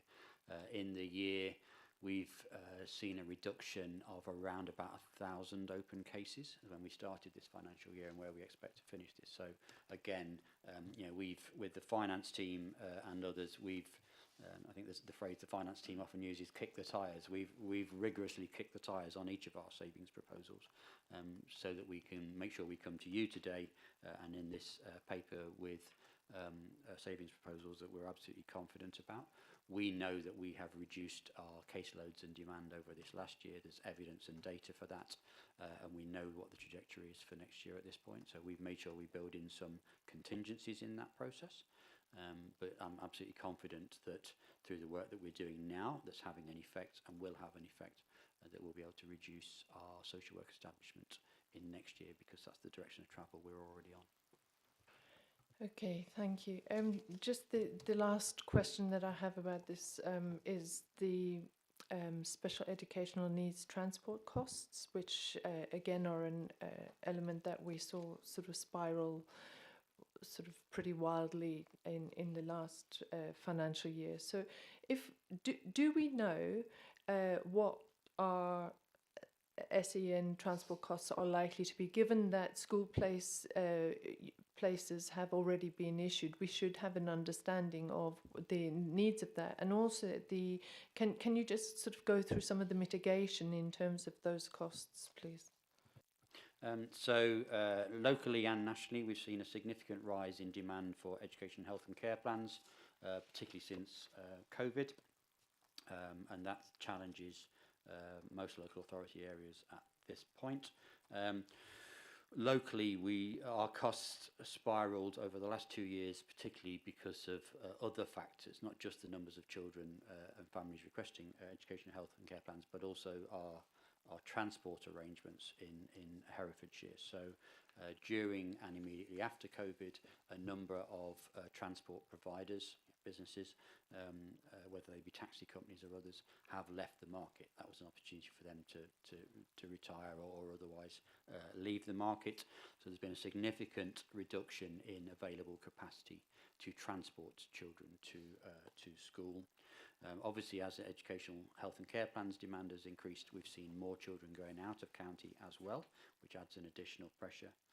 We've gone out to tender twice now, I think, to try to provide contracts to providers for home school runs. Both of those attempts have been unsuccessful, due to a reduction in the market. So increasing costs then have somewhat been driven by spot purchasing and taxi contracts, because it's a reduced market, reduced providers, and the cost spiral as a result. Some of the mitigations that we're putting in place for next year, where we believe we can pull some of that back and start to build a more robust processes to bring some of those services back in-house. So some of those, for example, escorts for taxis, we could employ those direct. We've started to already introduce increased and flexible use of minibus and our own drivers for things like that. So we will again look at contracts. We're encouraging providers from a wider geographical area outside of Herefordshire, if necessary, to bid for contracts that we've got in area and apply for taxi licences in Herefordshire and the like. So partly driven by rising demand for educational health and care plans, but also a very local and unique situation in relation to the market that's out there at the moment, which has driven costs up. So we have built in a pressure and a mitigation for next year, which addresses what we saw of the experience for this year. We don't expect the market to get worse. We hope that through our interventions it will only get better, particularly later next year and the year after. Thank you, Chair. I've just got one other point, which again comes back to the partnership issues and the other agencies responsible for children in Herefordshire, because obviously we hold children's services, but there are many agencies responsible for looking after children in Herefordshire, and that issue of early help and early intervention, and how we use our different partnerships and community organisations to support that. And is that work that's developing, is that going to help improve budgets? Do you see some progress in that? So there's a body of evidence nationally, certainly, that the provision of early help can reduce the flow into statutory services later in the year. But actual fact, it's also it's really hard to prove, as statisticians and others in the room would know, because you've got no control group. At the end of the day, our goal has to be to provide the right help at the right time. And one of the challenges that we've had historically is we were not able to provide the right help at the right time. It often arrived at the point of crisis, or when families tell us through the Families Commission work and other forum that in the past sometimes they've asked for early help, and that's not what their experience was in terms of what they got. We're working very hard to develop the range of early help arrangements across the county. We're doing some work, for example, with the Police and Crime Commissioner's Office and investing in early help, and we've match funded some initiatives there. We are working with the Children and Young People's Partnership and the voluntary community and faith sector to look at how we can further invest over time in early help arrangements, as well as expanding our own targeted early help service within the council. There's still a way to go with that. That's absolutely the case. And we talked, for example, earlier on about youth provision. Of course, that's also out there, but that's not typically a service that local authorities fund anymore. But we can have a role in influencing the sector and thinking about how we work with communities to provide and coordinate better youth provision. So those are all part and parcel of initiatives that we'll be working on through the Children and Young People's Partnership going forward. Thank you, Councillor Fagan. Could I just seek a couple of points of clarification, if I may, Darryl? The committee members have heard your assurances in the room today regarding your level of confidence in terms of delivering on the savings that are being proposed in this budget. However, the committee last year similarly heard assurances from you. You had an improvement plan in place then, which is the same improvement plan that you have now, although probably fleshed out in more detail now than and looking a little further ahead, inevitably.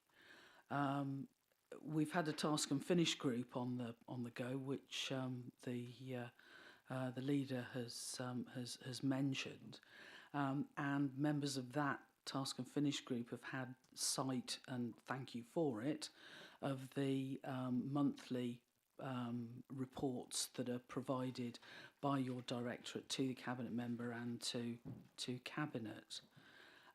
We've had sight so far as accounting period 7, so that's taken us to October. And throughout the first 7 months of delivery in this financial year, you've been forecasting through to the end of the year, delivering none of the savings that were signed up to in the current year's budget. It's great to hear from you here now that you have managed to convert 10 staff placements from agency to permanent. It looks like Q3 for your directorate is a particularly critical one in terms of delivery. And it has been cited in previous years that changes that have become apparent during Q3 have meant that budgets have been set for the directorate which are significantly at variance with the reality on the ground, and that the budgeting process has struggled to be able to wind into itself the emerging picture during Q3, which is also critical for budget development. Will the conversions of agency to permanent workforce that you've shared with us today be appearing in the Q3 performance report as savings now capable of being delivered in year by your directorate? Because as a committee, one of the things we're really looking for is firm evidence that gives us assurance that despite the last 2 years' massive overspends in delivery from this directorate, we can have confidence that the budget being put together now is realistic, is deliverable and is robust. I think we said during the task and finish activity that we only show the savings where they're bankable. So the people that we appointed in the period up to Christmas, some of them won't have started yet. So until they do, we can't show the savings. As soon as they start, they will then replace agency staff in most cases, or our agency staff that are converting. So where it's a bankable saving, it will absolutely be shown. The other thing that I expect to see during the period, certainly during Q4, is the impact of increasing levels of vacancies that we've got at the minute. So we've applied restrictions on recruitment during Q3, which are having an impact in terms of I've got more vacancies being managed across the service. So where they are bankable savings, I expect that you'll see those appearing in the budget monitoring reports that will emerge during Q4, certainly.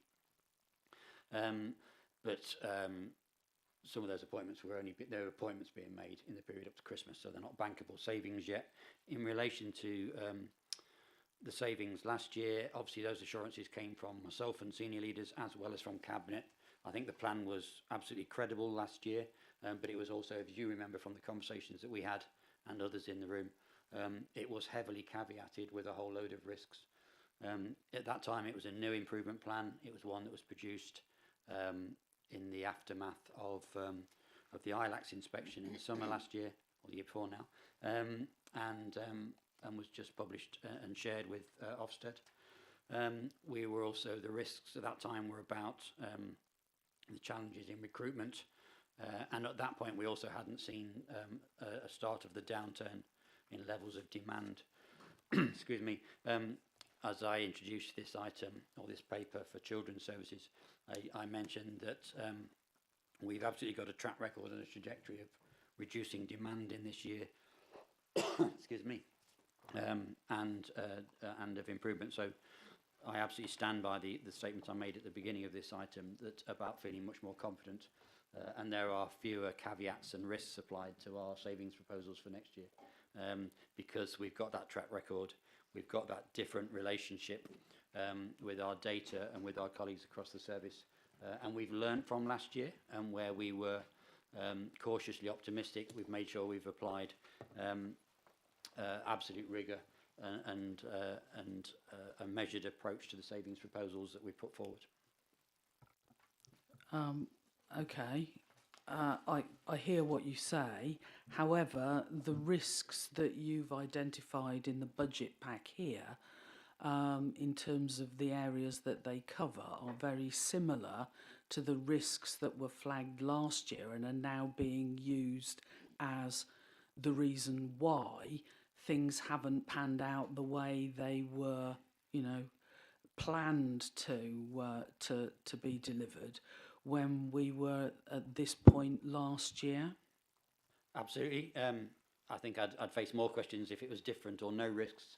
So there is still a risk that if we weren't to recruit, or if our recruitment activities reduced or were challenged by other national pressures, then clearly that would put some of our savings proposals at risk.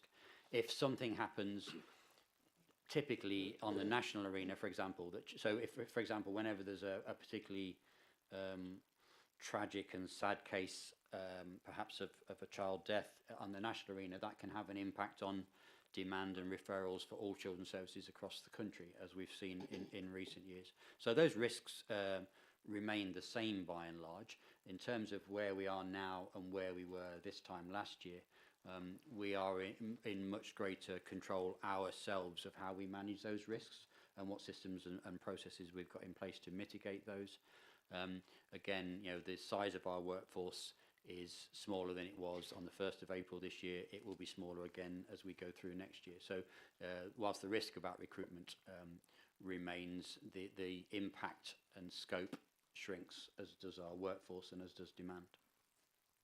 Okay, thank you. I mean, the concern for me, and I think for this committee, is that, what you're saying about not banking savings until they're in your pocket, is that the council has to operate a forecasting process which points at the 31st of March 2024 in terms of what the outturn is expected to be for each directorate against its budget. So if the forecasts that are provided don't actually acknowledge savings that you are in the process of delivering and are expecting to have made by the 31st of March 2024, then it means that those savings are not recognised, and other parts of the council, including parts which are delivering services that touch every household in the county, which we'll hear about when we come to Mr. Cook's area, are having to tighten their belts still further to deliver in-year savings to offset what appear to be overspends because savings are not being recognised until they're actually, coin in the pocket. We need to find some. We need to find some happy medium here, which doesn't take savings that we're not confident are going to be realised, and it's only through close monitoring, management action, etc., that we can develop that confidence. But we also have to be accurate, as accurate as we can be, and truthful about where we're expecting to end up, because if the savings that you're talking about in terms of migrating staff from agency to permanent in Q3, in the early second half of the financial year, are not going to be forecast until those staff are forecast as being delivered, for this financial year, until those staff are actually on the floor plate, other parts of the organisation are going to continue to need to tighten their belts in the absence of that forecast, showing the position to be more favourable. And on top of that, it doesn't provide the evidence that Scrutiny and full council and the public need to have confidence in the budget that's being proposed for next year, which includes savings in exactly the areas that you're talking about having struggled to deliver on this financial year, but are just starting to bear fruit. So you're absolutely right. There's a delicate balance to be achieved. I think that we would be in a more difficult position as a council and a Scrutiny if I was promising the earth and then didn't deliver it on the 31st of March as well. So we've made it our goal and our mission throughout this improvement journey to be absolutely clear about what we find in terms of quality of practice and improvement and the like across the service, as we are being with our finance team colleagues about our ability to deliver savings in this year and or projecting our finances. So it's not completely black and white. I do expect to see some of those conversions reflected in the Q3 and then Q4 reports, but equally what we need to make sure is we've got confirmed start dates and we know that those things are definitely happening, and we've got start and end dates for a number of posts. They will absolutely be reflected because we know those. That's not necessarily waiting for them to arrive on the day, but we've got their start date confirmed, and even if it's a month's hence, we can plan for that. But there's also no point in me saying we've got all of these people in the pipeline, let's just add them all into the mix, and that's saving. We're applying a cautious approach because I suspect I would face equally, if not more challenging questions if I was saying I'm going to deliver this amount of a reduced overspend on that date and then I don't hit those targets. We've had to learn from the experience of developing credible savings plans for this year that then, because of a whole range of factors, we haven't been able to deliver. So we're applying a cautious and rigorous approach to both our planning and our forecasting of our budget. Well, you've been managing our expectations from Q1, from counting period 1, saying that you're not going to deliver anything this year. I think, a few crumbs thrown our way would be much appreciated in the second half of the year. Mr. Lovegrove, you wanted to come in here. Thank you, Chair. And I think it's important to recognise a budget plan is different from forecasting. And to be fair to Mr. Freeman, we don't treat the forecasting for Children and Young People Directorate any different to the rest of the council. We have quite a high bar. We have to live within the accounting concept of prudence.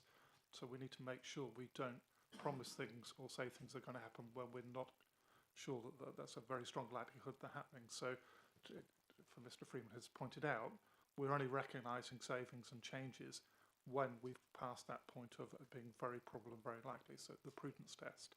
So as Mr. Freeman has explained, where we're looking at staff changing from being agency to permanent staff, we're recording those in the forecast as and when we're completely confident they're going to happen, because clearly if we weren't doing that, that would cause some problems. In terms of that, as you referenced, the task and finish group sees the monthly reports. We rag rate the savings. We do that across the whole council. So again, that's done for every directorate in terms of their savings plans. And we have a number of savings that you'll see across the whole council that are still red on there. Having a credible savings plan is great, and that's what you're looking at and what we had last year and we'll have going forward across all the directorates. When we're reporting the forecast and the actuals, there's a much tougher approach of that. The prudence concept kicks in, and we need to make sure that we are really confident that they will be delivered. So there is a distinction between the credible plans and the forecasting, and we haven't changed our position as a council for any of the directorates or over time. That's something the external auditors take a very close interest in, because clearly if we were forecast that we're very optimistic, they will quite rightly challenge us on our value for money assessment. Okay, well, thank you for that. But the monthly reports are saying even at accounting period 7 for this directorate, that as far as all of the savings are concerned, the directorate is still waiting for proposals from service areas as to how to go about even commencing delivering the savings. You know, so how can it be that we have credible delivery plans for those savings if, you know, more than halfway through the year, the reports that are coming to Cabinet are saying we're still waiting for service areas to identify how those savings are going to even begin to be met? And Chair, and I think Mr. Freeman has explained the processes that are being followed by the Directorate. We have an improvement plan. You've seen the 3-year programme. It's a very challenging, complex part of the Council. So those plans are being worked upon. There is a bit of a timing issue, and I think you've had a good look at that in the working group. Yes, but the savings that are for this financial year are there to give credibility to the savings that are being proposed for the budget for the coming year. And we were being told in January 2023 that there were delivery plans in development, if not in place, to deliver on those savings that we're now seeing in monthly reports. Service areas are yet to come forward with proposals for. And if I may, so the service has introduced a wide range of initiatives during the year which were designed to drive down costs and deliver savings. So, for example, we talked about the high cost placements panel earlier on. That is a much more rigorous process than it has. We started this year with a significant budget pressure on the year on the 1st of April on our residential placements budget. At this point, it is underspent. We have reduced the pressure on that service through much better management oversight and practice. But of course, that's not. But in the context of other factors in the year, those risks that we put and caveats that we put in place last year around recruitment and other elements, that's lost in the scheme of costs escalating in other areas, and we talked about SEN transport, for example, and others. You know, we have increased our work with other agencies so that we're better able to share costs on some of our higher cost care packages. So, for example, we've recently managed to secure £300,000 backdated payment coming, which will come back to us on one particular care package. That's as a result of the increase and improved practice that we've introduced with our finance colleagues and others during the year. But in the context of a significant overspend overall, if for example, I say, okay, so there's a saving, let's put that in the pot, that just increases the overspend on the other side of the balance sheet. At the end of the day, you know, many of the risks that we identified for this financial year have materialised and crystallised and have made it very, very difficult to achieve the savings that we had hoped for, despite the fact that we, you know, with our cabinet colleagues and finance colleagues last year, developed that plan and tested it. As I said at the beginning of this part of the session, you know, what we've got now is a clear trajectory of improvement and performance improvement and reducing demand over the last 6 months or so, which means that we enter the next financial year with much more confidence than, with hindsight, we were able to enter this current financial year. Well, Vice Chair, I'll come to you in a second. Just to finish off on that, what I'm hearing from what you're saying is that where we are making savings, we're consuming that savings smoke to offset overspends in other areas of the budget, rather than declaring those savings and declaring the full reality of those other overspends. I would far rather generate some confidence in that savings are being achieved by recognising them rather than using them as packing to offset overspends, you know, even greater overspends in other areas of the service delivery. Savings should be delivered and recognised. And obviously we've rehearsed some of this in some detail through the two task and finish activities, and I haven't seen the output or recommendations from that yet. And it might be that Scrutiny Management Board has a recommendation that comes out of this conversation about how in future we capture or present some of those savings and how they're monitored. I think you might be right about that. Councillor Thomas, and then Vice Chair. I find myself totally agreeing with the Chair. I volunteered for the two task and finish and today, and I haven't heard anything from you which fills me with a great deal of confidence. In the second task and finish we had, was it Lady Brazil? Is she right, or is she just Mrs. Brazil? Mrs. Brazil. She was quite critical of the children's services. She said a lot of things weren't being done properly. Quite clearly said that.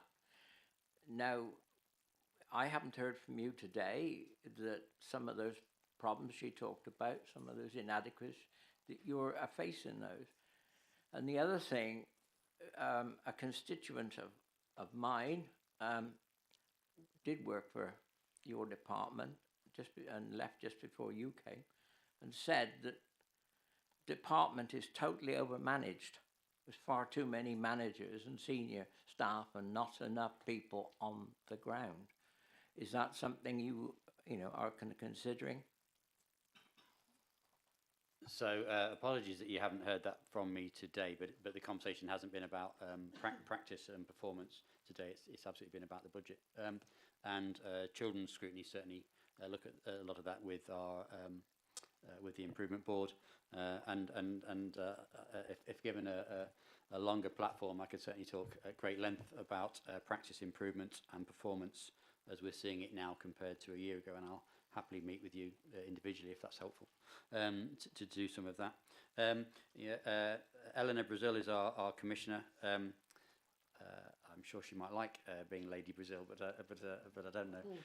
But she has a very clear role, and she's, I think, good at her role in terms of challenging us. She's quite right that she said in her 2 reports to the minister now and her input in the through the improvement board that she is seeing improvements, but they need to be happening faster and there need to be more of them.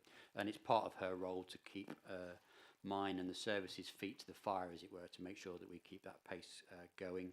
And whilst some families and some children experience a much better service from us than they did a year ago, and certainly 2 years ago when I joined the council, that's not the case for all families yet, and that's where we need to get to. We are an inadequate children's service, and we will be inadequate and deemed to be inadequate until we're next inspected, which may be a couple of years away from now. But we will continue to push hard on our improvement journey. The reference to a former colleague that was here before me. So as I say, it's 2 years now for me. I would certainly recognise that when I got here, that there had been a significant exodus of lots of frontline workers after the High Court judgment, for example, and there were a lot of interim managers and leaders. We have reduced the number of leaders in the service generally. We've got far more permanent managers and frontline workers in the service, and we've looked very hard at our capacity to make sure that workers have manageable workloads.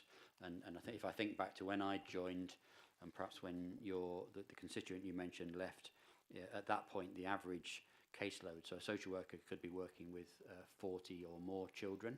Some are working with significantly more children, whereas the average workload now is 17 children, so it's much more manageable. We have, I would argue, the right number of frontline workers compared to the number of cases that we've got, and the focus is on the quality of practice.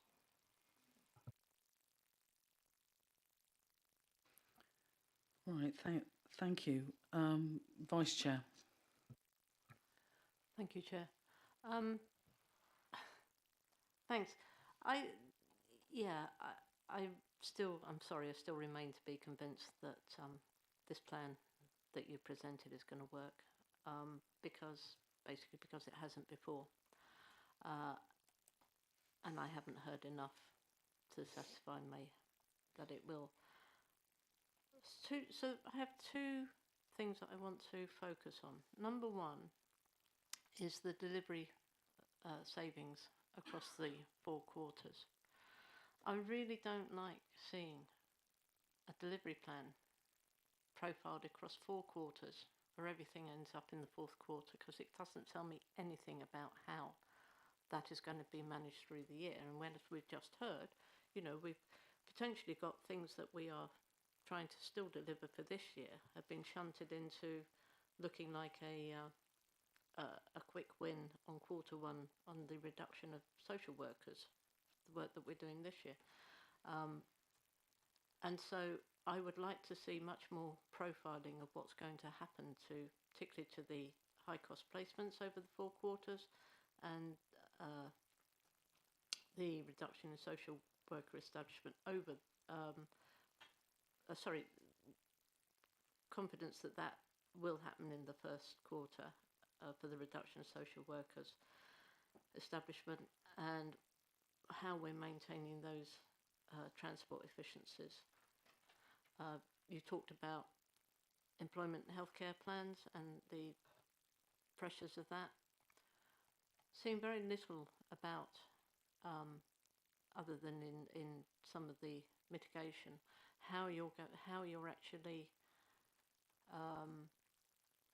working to contain or reduce all of those pressures. It's a very short list for a very large directorate of 4 savings categories.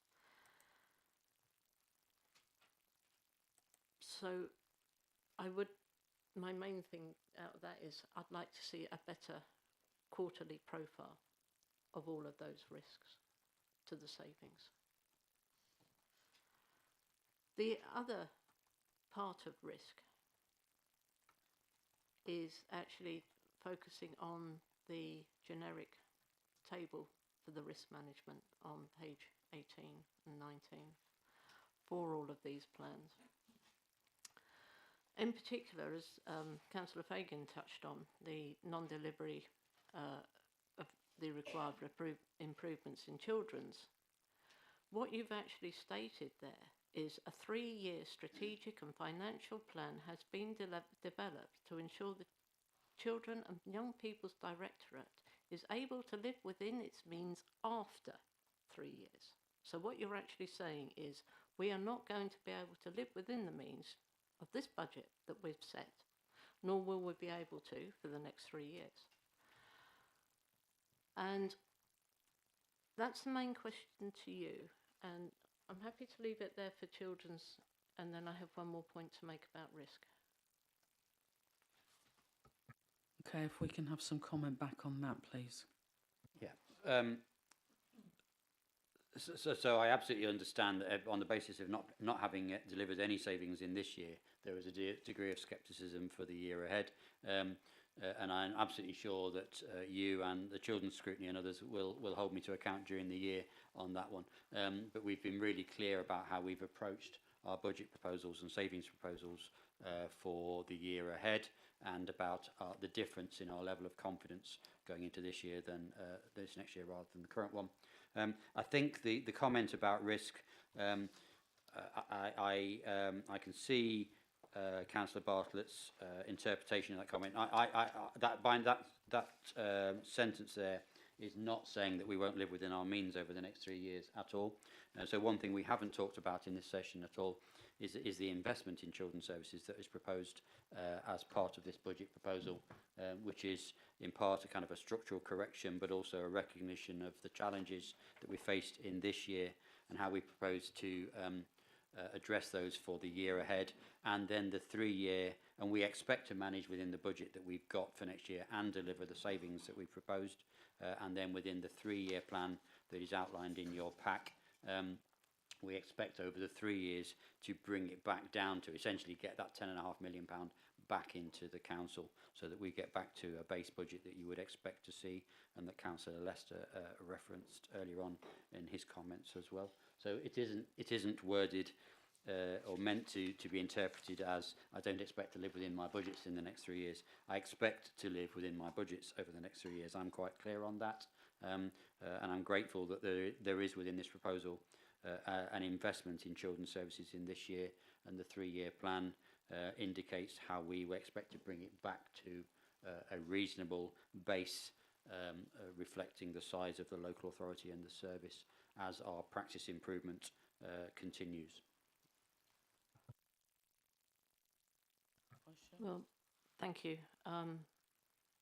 Well, it remains to be seen, doesn't it, whether that works or not. But again, that's quarterly, I would like to see a much better breakdown. The other point I wanted to make, and particularly you just touched on it, talking about investment, talking about the cost of transforming services. We've talked a lot about transforming adults, we're now talking a lot about transforming children's. Transforming has its own cost. So where does that cost sit in terms, are these savings after we've spent this money?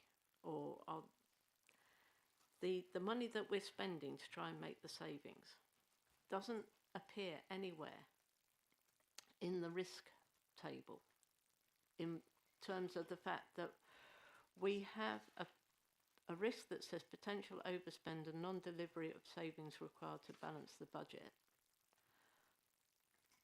But we have no recognition of the fact that we're trying to do an awful lot of service transformation, and particularly in your directorate, but across all 4 directorates. And we have a programme of Thrive, and the way that we work with our staff, etc., etc. I'm just not seeing, Chair, anywhere in this risk table a proper acknowledgement of the risk of trying to transform services so fundamentally that in its own right that should be seen as a risk. Okay, well, I think you bring up 2 points. One that the investment over the period of the improvement plan is not, as a project, is not being seen as part of the budget. And what we're seeing effectively in the way the budget is presented is a net position which includes the argument that there will be some savings delivered downstream as a consequence of an upfront investment which is being run as a project rather than funded by reserves, etc., rather than being part of the council's annual budget. This has been a problem in terms of the way that the quarterly performance reports have been written, and they were amended to include a paragraph to actually recognise these sorts of transformational investment projects that are being operated and delivered in year. But it is quite difficult when we're scrutinising the next year's budget. When we come to next week's meeting, where we have the MTFS, and we're stepping back and looking over a longer time period to be able to acknowledge that 3-year programme and the downstream impacts of some of the work that's going on now. Hopefully we can come back to that, and we will also have the draft recommendations from the Task and Finish group to consider there as well, which will mean that we will come back substantially to this directorate and its budget and plans. But if you've got any comment for us now, Director, on the invisibility of the investment and how it's actually recognised in the way that the risks are described for the coming year. That would be useful to us right now. I'm not sure I agree with the premise of invisibility of the investment. I think the paper is clear about why there's an investment in children's services and on what it's based in terms of the Q2 output. Obviously, we are working with our finance team colleagues. If council votes for the budget in February, and if we get the investment that's proposed, then obviously due process will be applied to how that and where that budget is allocated across our budget lines, and quite happily have a conversation at that point with either this scrutiny committee or with Children's Scrutiny Committee, wherever it's best placed. But it would be a bit presumptuous of me probably to do that now. We haven't, council needs to vote on the proposal in due course. And I think some of the other questions or observations that were shared there by yourself and Councillor Bartlett kind of referred to the way that general risk and transformation is reflected in this paper, and it's probably not for me to, I'm probably not best placed to respond to that, given the fact my particular view is on the Children's Directorate. Okay, thank you. My point is, when you look at paragraph 31 on page 14, it just says, in addition to the proposed Directorate savings, a further £7.9 million of savings will be achieved through planned transformation activity. And there is nothing in this paper that's telling me how the risk of investing £7.9 million is going to be managed, and what is going to happen to any of the Directorate's plans if it is not managed properly. Because there is so much savings across 4 directorates, yours very much, that is dependent on spending £7.9 million and getting everything back that we think we're going to get back for it. And that's why I think transformation is, in itself, something that should be identified in risk. Okay, well, I think the transformation programme and the investments that are being made are covered in the corporate section. So if we can park that for now and pick it up under corporate. I've had Councillor Baker indicate and Councillor Stark. Fagan and Councillor Stark. My question was about the investment, so it's fine, it can wait. Thank you. Okay, Councillor Stark. It's really a summary of the position that I see in the paper before us. We have another directorate, another statutory area, which has got an increase in the budget of 30%. It promised us 9% savings last year on its own budget, and they haven't materialised. That saving proposal has now gone down to 4%, which I think is very unambitious, given the amount of investment we're putting in. But that is the position. So we now have another area that is heading towards a third of the total budget. And Chair, I really do think this committee at some stage has to question, how can we actually continue as a council in a viable way when the 2 statutory areas are heading towards taking up the 3/4 of the revenue budget? And given that we have a corporate directorate team in place rather than just individual directors as well, this may be a question that the SMB might want to put to the Chief Exec next week. Because what I'm not getting from this is budget control or budget discipline. That's my worry. I'm seeing this shock in terms of the increase in these 2 areas. And there are some external factors, I accept, that have caused some of it. But I've seen this shock has just come out of the analysis from 23-24 so far, and just simply been transferred into 24-25. And therefore we have to almost accept that as a committee. So I think we need to look next week clearly at, can we sustain a trajectory where the 2 statutory areas are heading towards 75% of the total budget for this council? And we are hearing very worrying sounds from other councils about the number that might have to issue Section 114 directions. So I think that's a key point for me for next week, is how that is actually being managed.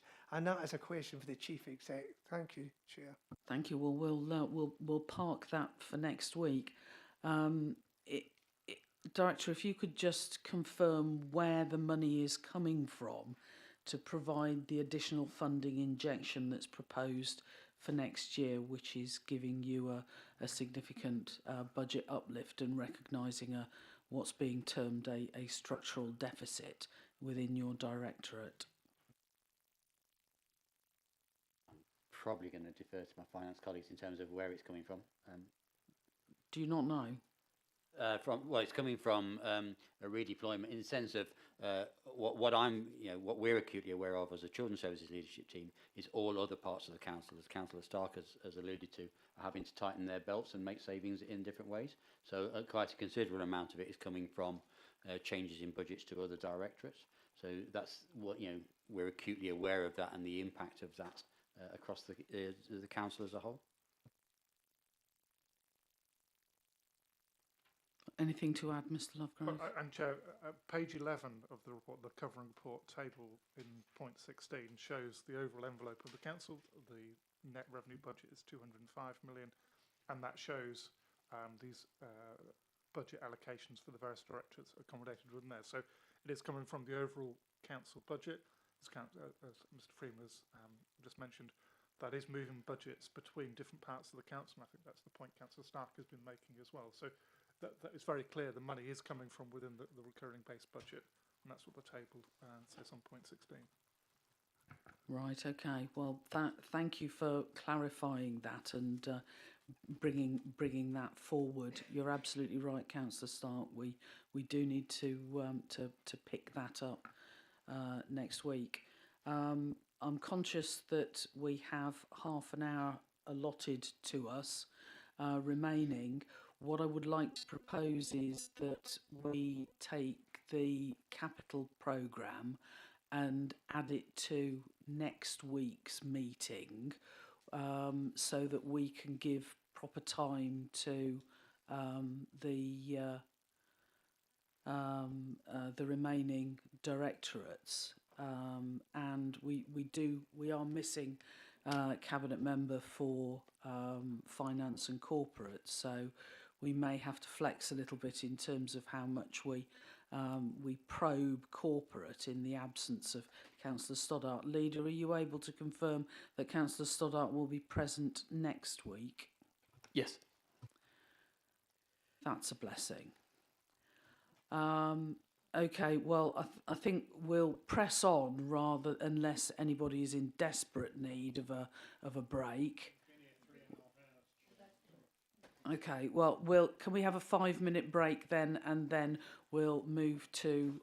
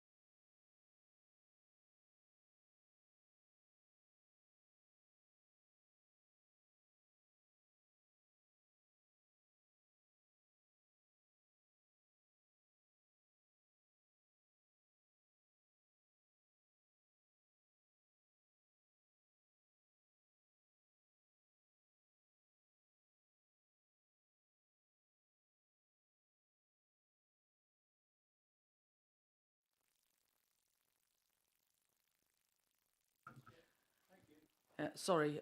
Thank you to the director for attending, and for cabinet members for sitting so patiently, waiting for this directorate to come forward. Can I check that we've got the live stream working? Back on, Chair. Thank you very much. Right, welcome back.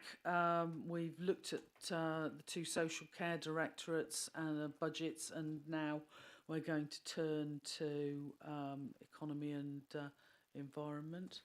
And first, as per the other directorates, sorry, Mr. Cook, you weren't with us for that. What the approach you've been taking is to ask directors to give a high-level summary of some of the key points as you see it to do with your budget, you know, pressures, changes, risks, where it's meeting the priorities of the county, and then some initial remarks from cabinet members whose portfolios cover your area, and then we'll move to committee questions. So over to you. Thank you. Okay, thank you, Chair.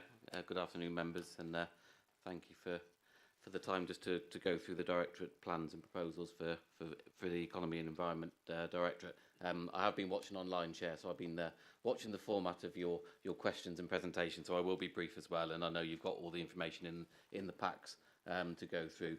Just really to highlight some of the pressures for next year within the directorate and some of the mitigation and savings we got in place. You've got the presentation, so I know you don't want me to go through it in detail. I think it's worth just flagging at the start that within the Economy and Environment Directorate, we do hold the majority of the sort of one-off large contracts. So in terms of waste collection, waste disposal, our energy costs, the transport costs, the public realm contract. So every time we deal with the inflationary rises on those contracts, there is a significant impact on the directorate from day one. So you'll see that in terms of the inflation and some of the issues that we've been trying to manage. Saying that, some of the mitigation we've got, particularly with the Balfour Beatty contract, there is a 3% efficiency programme within that as well. So whilst there will be the inflationary rise on the contract, there is a requirement on them to come back to us with a 3% efficiency proposal. That's outside of the conversations of the annual plan. There are a couple of one-off pressures for next year, particularly in terms of the delivery of the local plan. And again, we presented that in different committees as well. Just we've got the final aspects of that before it goes forward to the both for Cabinet to approve and for the Inspectorate to go through. So we've identified some additional costs that we need to cover there. And then there's one of the larger one-off costs for next year is the delivery of the future operating model. Many members have heard of this before, where we've been working with Balfour Beatty to think about the look and feel of that contract in the future. We will be bringing forward the final proposals to Cabinet in a couple of months' time, and then there is a project for delivering that over the next 12 months. One thing just to flag in terms of the increases that we're looking at for next year is actually a bit more investment into the economy team, particularly around inward investment, working on our proposals to deliver more employment land, and you'll see that is part of the growth that's been built into the budget for next year as well. One of the items I know was discussed at Cabinet recently is actually the deferred savings on parking charges, and that's been a question raised previously. Just to confirm, so this is a increase that was actually agreed by Council 2 years ago as part of the budget setting. So the decision to increase parking charges was taken at that point. What happened was that a council collectively agreed to fund it for a 2-year period. So in effect, we are just implementing that decision of 2 years ago, and the budget pressure in effect is sat within the directorate already. So if we don't introduce those charges or implement the charges, then that pressure would sit there at £400,000 from the start. I think, Chair, the rest of it is as there, and I'm sure there'll be questions particularly around some of the savings proposals, so I'm happy to take those as we go through. Thank you. Cabinet members, are there any introductory remarks that you'd like to make covering your areas? Thank you, Chairman. Not in particular. I would just like to make one point. Right at the very start, you were fairly derogatory about one or two cabinet members not being present. Well, I can tell you now that I cannot be present next week. I have 5 meetings in my diary. and 2 of them at least are more important than being here. So I'm sorry I won't be here next week, and I'm making apologies now. Okay, thank you. But other than that, within what we're talking about for budget year, yes, it's fairly high costs, and you won't have escaped anywhere about increased pressures on procurement of projects as they come forward. It is a very big worry to myself and to the Directorate that every time we come forward with a project, there is something that has not been catered for within the budgetary process. I don't know why that is. We're looking at it. We're trying to find ways of speeding up projects so that we don't run into vast annual inflationary pressures that cause us concerns when we are actually asking people to tender for contracts. It's a worry to us. I'm sure it's a worry to you. And you know, if you have a particular direction of travel you want us to investigate, I'd be very pleased to have a look at it, because it does worry me on big projects and whether or not we can get the savings that we want. Okay, thank you. Thank you. Other Cabinet members? Councillor Durkin. Thank you, Chair. Just going on from what Ross Cook said, we are looking at savings going forward. We've got to do that, because otherwise we're going to be in a sad and sorry state. We're looking at the most effective way of dealing with the highway repairs, for one thing, and working with Balfour Beatty with the future operating model and the annual plan, because we've got to get them working with us as they do. And what I would like to raise is that on the 16th, 17th, in the daytime, on the 27th, there is an annual plan presentation, and I would urge all members to go to it and learn some more about what's happening. It's important that things are understood, especially about things so important as the annual plan and the future operating model. There will be nothing specifically about future operating model, because it's going to come to Cabinet in March. But please come along, listen and ask questions. Thank you. Councillor Swinglehurst. Thank you, Chair. Yeah, just briefly, I'll only touch on the key variances at Q2, which included, it goes to show how planning is an engine, really, for delivery of council services, but 1.3 million reduced income. So that engine not producing the growth that we might hope from it, but that's due to national circumstances, a downturn in the market, the delay in the fee uplift, as well as some delay in the delivery of strategic sites. So hopefully that will not be the long-term picture. That's what we have for you too. Thank you. Thank you. And before I hand over to Councillor Stark to lead on asking some questions, I've just got 3 quick ones to get on the table while Cabinet members are here, and I'll rattle through them, and then we can take them in whatever order you want to. There's £450,000 worth of savings being proposed from the annual plan. I'm guessing that members will hear more details about that at the briefing that's provided next week. However, we're scrutinising the budget right now, and therefore those savings form part of that. So information on what services are being proposed to be cut in order to deliver those savings would be good, and also what the mechanism of assurance is that ensures that the 3% efficiency is delivered as real efficiencies rather than cuts in service delivery within the Balfour Beatty programme in how they deliver it on the ground. Next question is there a structural deficit in the way that planning income is overpromised in the budget compared to delivery? Having been Cabinet Member for that area previously, I have heard repeatedly from officers that they believe that they are being over-targeted in terms of delivering income from this area, and that they have demonstrated that repeatedly over a number of years in terms of under-delivering against the income target that's been provided to them. If there is not a structural deficit, what assurance do we have that the income will be delivered in the coming year that's being proposed for that area when it repeatedly has not been? And where is the pipeline of commitments and dialogues with developers to justify the figures for 2024?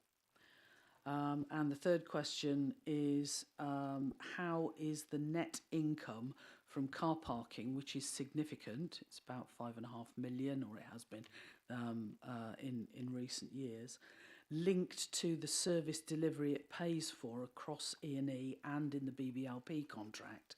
And how is that income and service spend tracked and controlled in year to make sure that service costs do not exceed the net delivery of income as car parks are used throughout the year and income received?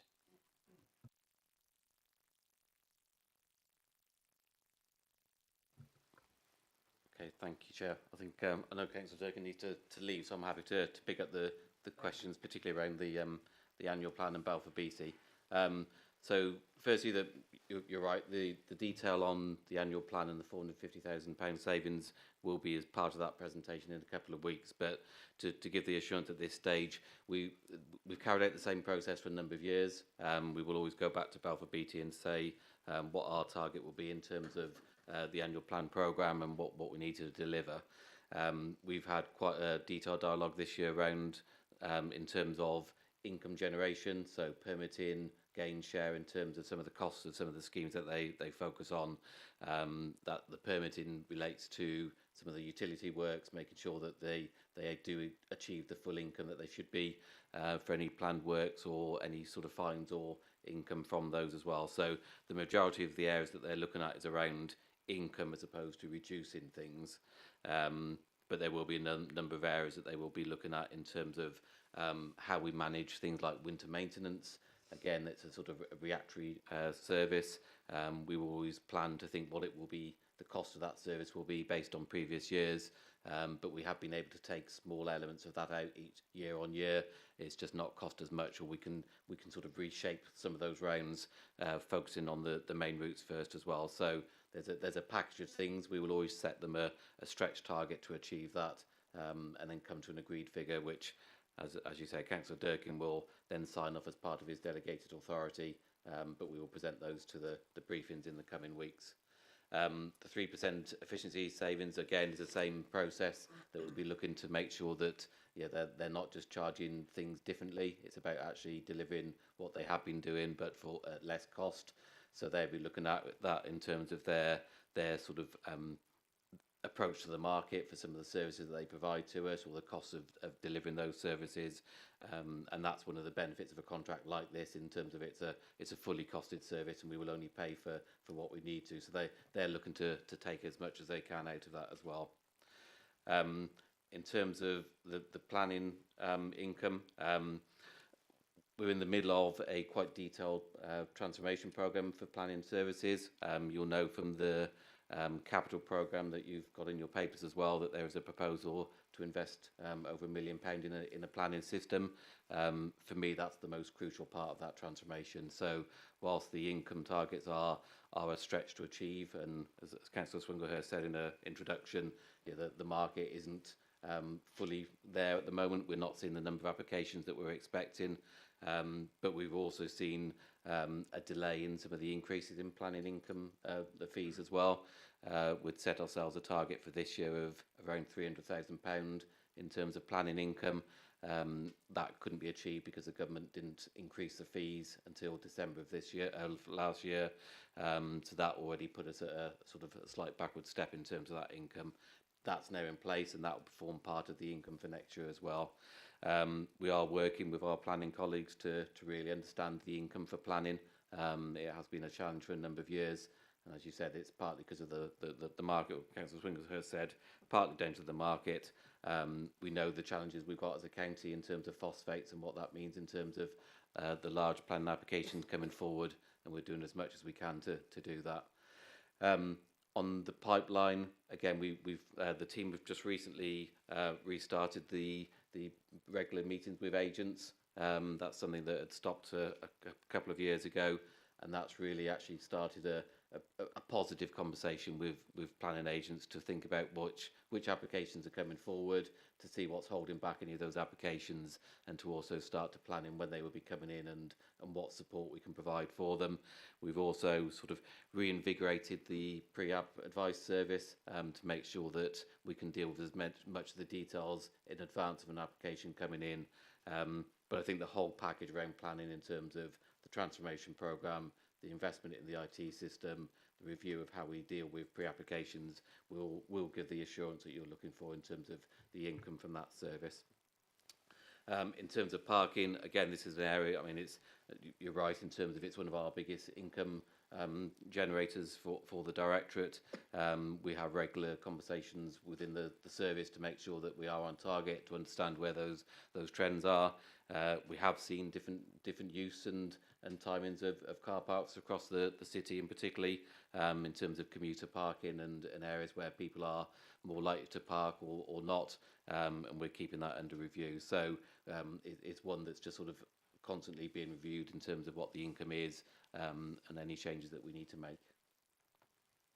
Yeah, we thank you for that. We, as a committee, we made recommendations at one of our November meetings, looking at income and charging, to request that there is specifically information provided for this budget, which uses car parking as the example to demonstrate how we are making sure that the net, how we are recognising how the net income is actually funding various in-year services, and that we're making sure that we don't either overspend on those services compared to the income being delivered by parking, or that we actually retain income that's been generated by parking and therefore are perceived to make a profit from it, which we are not allowed to do, compared to the services that it's supposed to support in year. So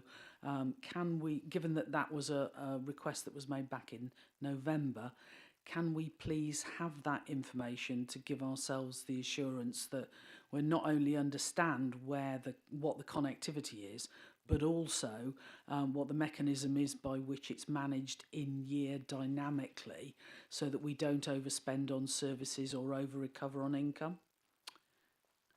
And as far as the structural deficit is concerned, or you know, the potential for a structural deficit in terms of planning income, if you have the evidence to demonstrate and justify the income target that is set for planning, can that please be provided for the next meeting? And if you haven't got it, please revisit the income figures, because you know, putting in income that we can't justify as being expected to be delivered is risking us having an unbalanced budget. Thank you, Chair, and through you, the answer is yes to both, so we'll make sure that's presented next week. Councillor Stark, over to you. Thank you, Chair. Although this is the third area we've looked at, to most residents this is probably the most important. This is the area where they have the greatest interactions with the council and get the most services delivered to them. So I don't want to underestimate the importance of this in terms of what I'm about to say now. I'm quite astonished by the allocation in this directorate again compared to the two statutory areas. We're seeing adults going up 13% in budget terms. We're seeing children's services going up nearly 30% in budget terms, and yet this area 2.5%, miserly. And we've heard from Councillor Price quite rightly that they have the same pressures, if not more, than the other two directorates. In fact, if you look at pressures of 5 million in this area, That is just as big as the other areas in terms of a 20% pressure. So we need to understand why this directorate again is the poor cousin of this budget round, because it must be having an impact on service delivery. In fact, we had a public question earlier on about planning and whether there were enough planning resources in this area. So I'm very concerned, Ross, about why we've arrived again at giving this directorate only 2.5%, and yet other directorates are getting double figures. Given that you have the same pressures, as far as I can see, as the other directorates, if not more, and that means that this allocation for this directorate has now fallen below 14%. Below 14%, Chair, for the area that matters most to residents, the area where they think their council tax is going on. And I really do think we need to pick this up with the Chief Exec next week, if he can make that meeting, because that's the major question I've got here, is why 2.5%? But I'm sure you'll tell me, because we had to work within the collar of 4.99. Just some specifics to add to what the Chair has said. Ross, in the savings, you're looking at about a quarter to come from the waste contract transformation. Are you confident that 800,000 will be delivered at the end of the day? Because as we've found in other areas, and I'm not saying the risks are any greater here or any less, savings have not been produced throughout the year. And one of the concerns we've had in previous years is we book savings as directorates, but we don't always see them end of the year. And this is particularly true in this area when you've got such a small allocation, when you're under, I think, as much pressure, if not more, than other directorates. So I'd like to know more about the 800k and whether that is achievable. And also the energy costs being reduced by 580k. Not big amounts, Ross, in terms of the overall scheme of things, but still over £1 million. And again, in the context of a 28 million allocation that you've got, does loom larger than, say, in terms of children's and adults. So why the 2.5%? Was it just simply due to the collar that we've got in terms of 4.99 and not wanting to go to referendum? Because I think it's a miserly allocation. And how confident are you going to make the savings, which are critical in terms of the small allocation you've been given? Thank you, Chair. Thanks, Councillor Stark. So I mean, from my perspective as a corporate director, I will always work within the budget that's been allocated. And as part of my role is to understand the pressures across all of the organisation and not just my area. Clearly, we would all like more money to spend on the services that we need to deliver, but I think there's an understanding there are pressures elsewhere in the organisation, and so within our directorate we need to manage what we deliver within those resources. It's probably not for me to comment on the 4.9% council tax rise, and I think it's just fair to say that we are managing our resources, and we stay within those budgets. On the specifics around the savings for waste and energy, we have set out in the risks as part of our presentation some of the challenges of that. I think waste is probably easier to explain in terms of this time last year. We actually agreed quite an increase in the energy costs. We know what they're going to be. We've got projected fees and charges for energy as part of our management of those contracts. So we knew this time last year that prices had gone up. We knew that nationally. We knew of our own personal budgets as well. We've seen quite a decrease in those charges over the last 12 months. So it's a very strong, it's based on what we know the cost will be for energy. So that one is, we're comfortable. We did talk about whether you level that out over the years so that there will be ups and downs, because it could go up next year. But I think in terms of setting this year, this future budget, we need to be realistic in terms of what we think it would be. If it goes up again this time next year, then obviously we'd build that into the budget process for next time round. So we're confident that one can be delivered. In terms of waste, again, you'll see there's sort of a couple of ins and outs in our savings and our pressures. And we've been through quite a detailed analysis of the waste budget over the recent months. You'll know we brought a paper to Cabinet a couple of months ago when we were in the middle of the procurement process for the new waste contract, and we are literally in the final few days of the team carrying out the moderation of that. So we're not able to say exactly what the cost will be for that, but we went through quite a detailed discussion with those bidders to talk about what we could deliver within the budget envelope that we've got. So it's not just the cost of delivering the service, but it's actually the managing the team that supports the service. Some of the additional costs of running waste collections and the disposal is a different budget and different costing. So we've identified that it is, as of today, it is a risk, but we are confident that we can bring it in within the budget that's set. We've carried out as I said, the detailed moderation so far in terms of what the bids have come in at, and once that's completed, we'll be able to round that off. There's been some sort of historical use of the waste reserve to sort of top up some of those costs, and as part of what we're doing here, just to balance out those budgets, that will no longer be an ongoing pressure to deal with. So subject to the bids coming in within the budgets that we've set, then we're confident we can achieve that. Thanks for that, Ross. Maybe I can turn to the Cabinet members now. You've not said why it was 2.5%. Fair enough. What impact is that going to have on service delivery next year? Have we done an analysis of that? Because I noticed that in one of the savings, you've got a reduction of 340,000 to cover vacant permanent posts not currently occupied. It concerns me, and it should concern this committee, that if there are any reductions in this particular area, these are the reductions that often residents feel and often residents get very upset about. So you've not answered really why the 2.5%, but I accept you can't comment on the 4.99. But nevertheless, there must be an impact on service delivery here, because that's far less than inflation, far less than the pressures that we're facing. So has an analysis been done on what the service impact will be of this across your directorate? And then I have one more point to make, Chair, after that. Yeah, thanks, Councillor. I apologise, I didn't pick that up. So answering your one specific question around the vacancies as well, and I know a similar question was asked of Corporate Director for Community Wellbeing as well. We're just finalising the list of vacancies that we've got within the Directorate. The majority that sit within mine are posts that have been vacant for a considerable amount of time. So it's fair to assume that we haven't been. It wouldn't be a pressure on the service by removing those at this stage because they haven't been filled for a while.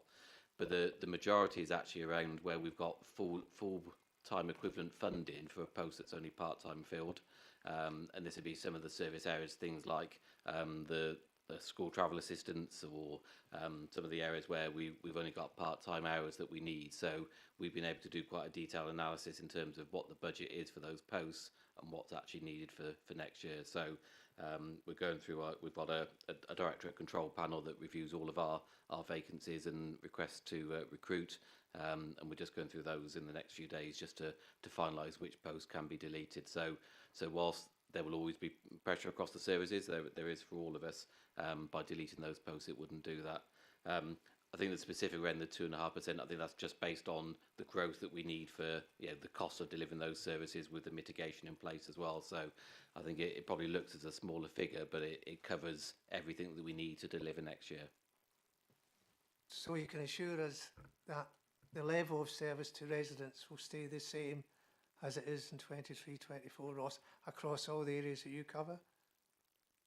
Yeah, I mean, the savings proposals that you've got there, you'll see there's none that are directly around the impact to residents of the services we provide. Going back to my earlier comments around the contracts that we manage, we have got quite a large majority of those frontline services are delivered through those external contracts, and so those are remaining as they are. So there's no direct impact there either. Okay, this is my final point, Chair. This is economy and environment, which is a strange mix, as the committee will realise. And sometimes the big E is economy and the small E is environment. I'd like to ask Councillor Swinglehurst, we have a number of commitments at council level about reducing our CO2 emissions, about trying to help with the recovery of the river and everything else. I don't see in this, and I can't see in this, any sort of analysis of how much money was going to commit to the environment side rather than the economy side. Are you satisfied from this budget that the commitments that we've made at strategic level as a council will still be met with this budget? Thank you, Councillor Stark. Well, we have statutory obligations and they have to be met, and that's growing, as it were. So we've now got the LNRS and other statutory instruments coming into play that we will have to resource and deliver. The carbon reduction work has been over a long period of time, so I think that's kind of intrinsic work, as it were, because that cuts across everything that we do. It's not a discrete budget as such. So that I don't think that would be would it be a budget line as such? I don't think it would be, would it?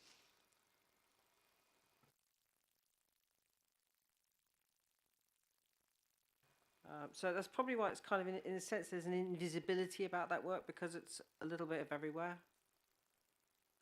You know, I take your point. It would be nice if we just had, like, we are spending on carbon reduction, but actually it's all over the place. So it's very hard to unpick that from the whole picture. The phosphate reduction work and phosphate mitigation work, that's much easier because you can see that as a series of projects coming forward, and they are funded and they are going to be being delivered in the foreseeable future. So I have a high level of confidence over that. Obviously, as Cabinet Member for the Environment, I would always wish to have more, but we have to work within a balanced budget envelope and do the best that we can with what we have. I mean, you know, and that's I think just what we're all sort of faced with as reality. And I'm quite happy to hear your feelings on where you feel that we might put more focus, but bear in mind that the envelope is what it is. Thank you, Councillor Stark. Councillor Simmons and then Councillor Fagan, and then I've got a question I want to ask. Vice Chair? You're okay. Okay. Thank you very much, Chair. Thank you, Ross. Thank you for Cabinet members' comments. I had 6 questions. 2 have been satisfactorily answered. A couple more. It's been slightly covered by Alyssa, and it's been slightly covered by Ross in relation to the vacant posts. Alyssa referred in her response to Mr. Declan Hill's question about the 6 vacant posts recruiting for. In relation to your reduce category S1, delete vacant permanent posts, can you just confirm that you're not deleting any vacant posts from planning services? And that means enforcement as well. Yes. Yeah, brilliant. Got that on the record. Fantastic. In terms of your variously through this report, including page 13, paragraph 27, you referenced the local plan. You talked about one-off cost of the local plan. Just for everybody's clarity, you are referring to the development plan document and the 5-year review of that, not the county plan. The county plan is a separate cost under corporate services. Brilliant, thank you. In terms of the reduction in services that has been alluded to in review of reduce S2 revision of annual plan of works, still not really quite clear on what those are. As Liz said, you know, what are they? We're not quite clear what they are, and therefore how deliverable they are and the risks to them within, you know, delivering of our services in the county. I really can't scrutinise this budget without understanding what they are. So I don't know if that can be brought forward for next budget next week as a request, because without any oversight, how do we scrutinise that? Finally, just looking at, you've got the line there for Scoot. People probably don't really know what Scoot is. It's only £20,000 within the whole budget. It's a small amount. However, Scoot is supposed to deliver 15% performance in traffic flows. I'm sure that a lot of our members of the public and other councillors will be very, very worried if we start to see a 15% increase in traffic problems on some of our networks. So could you just confirm whereabouts is Scoot used? Is it that it isn't achieving 15% performance improvement and therefore isn't a risk to economic growth and movement around if that's taken off. Thank you. Thank you, and through you, Chair. So I think there's two questions there sort of outstanding, Councillor Simmons. So the annual plan, again, we're in the middle of the conversations with Balfour Beatty, but I'm happy to present back next week as much as we can. I think in some ways we have to look at it almost in reverse, in terms of we will set what the annual plan budget is and then set out what we want them to achieve from that. So it's almost, it's not quite carving off what they won't do, it's almost saying what they will do. But there are elements that we can set out to you in terms of what we're considering to do differently, or, as I said, some of it's income generation, some of it will be actually reducing what they do or frequency of something. But appreciate what you say. So the risk of whether it's delivered is minimal, because the budget will be set at £400,000 less than it currently is, so it will be achieved. But I take your point that you want the detail in terms of what the impact that would be for residents, so we can present that to you. As far as Scoot is concerned, you're right. I mean, it's a small amount to have listed in amongst the savings. For those of you who don't know, and I'm not an engineer or technical expert in this area, but it's a system that sort of helps the flow of traffic, particularly around on junctions and traffic lights. We've not used it for a couple of years, so it's actually something that's been replaced by other things and some of the sensors that are in place instead. So actually, it won't have any impact in terms of any congestion or any impact on the highway.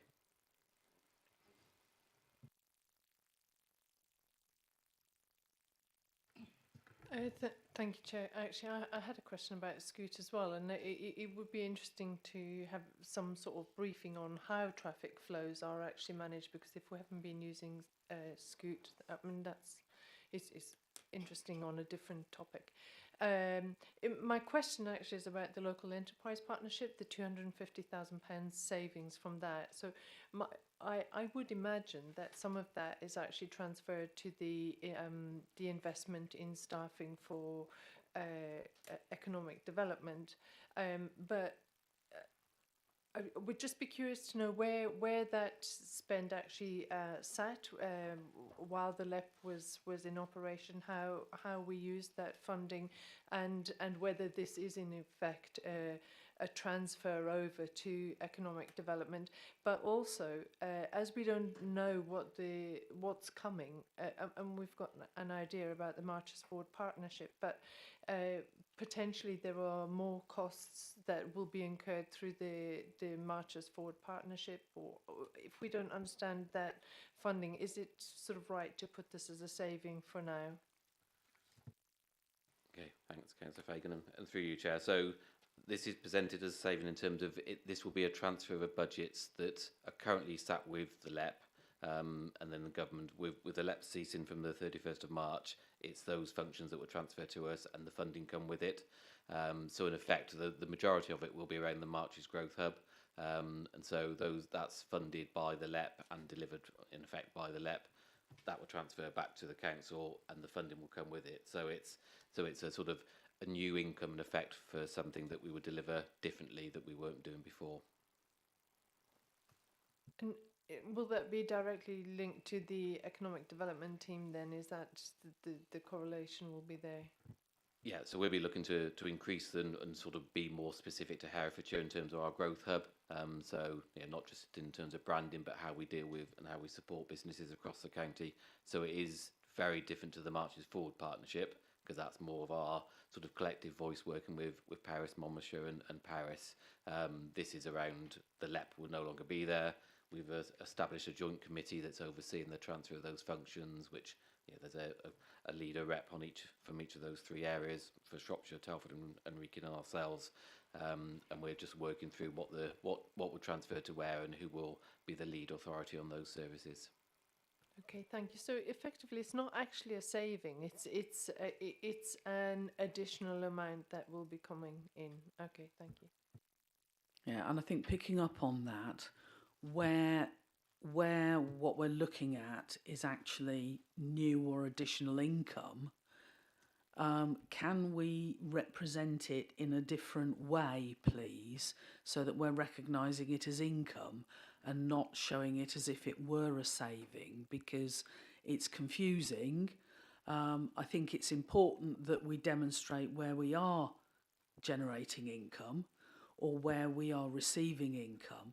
And I think, Councillor Stark, some of the comments and concerns that you've raised about, why is there so, why is this the Cinderella directorate? That there are grants and other funding streams that are managed through the economic development team and others, that where the staff are funded in this directorate, but they have funding streams that they manage, that they bid for, etc., which actually gives additional money that isn't showing in the figures that we're looking at here. But it may be useful for that information to be provided. It is one of the ways in which we show how in the till receipt, or in the way that we demonstrate how council tax money is spent and what the services are that are supported by it. We do actually show grants and other income streams there, so it may be helpful to actually see that as being resource that the directorate has to itself direct, that is in addition to the resources that are funded through the budget. Councillor Stark. As long as it's consistent across all directorates, because, for example, we have a social precept of 2%, which could arguably be seen as additional income for health and well-being. So I don't want to have distorted figures here. If it is actual genuinely different in this directorate from the other two statutory directorates, then fine. But we just need to be careful we actually are consistent in whatever we present here. No, the other directorates do also have funding, grant and other funding streams. If you look at the gross and the net budgets, you do get to see that information, but it does put a fractionally different perspective on the resources available to this directorate and the staff that are funded through the budget here. It may be helpful to have that information for the committee for the next meeting. I would appreciate a bit more information about what the proposed savings are. I know that you're underway in terms of conversing with BBLP about that, but it is genuinely going to be service cuts. I know you said that there weren't any service cuts in the savings that were proposed, but the savings being made on the Balfour Beatty contract will be a reduction in service delivery. And I think everybody remains scarred as a result of the savings that were taken on the grass cutting element of the BBLP contract years ago, and the savannah of grass that created in Herefordshire, that it took us the best part of a year to beat back into submission. So understanding where those savings are being proposed to be taken, I think, is an important thing for this committee to be able to see and take into consideration in the comments that it makes. I'd also like to pick up on the point about, implicit in the name of the directorate, economy and environment.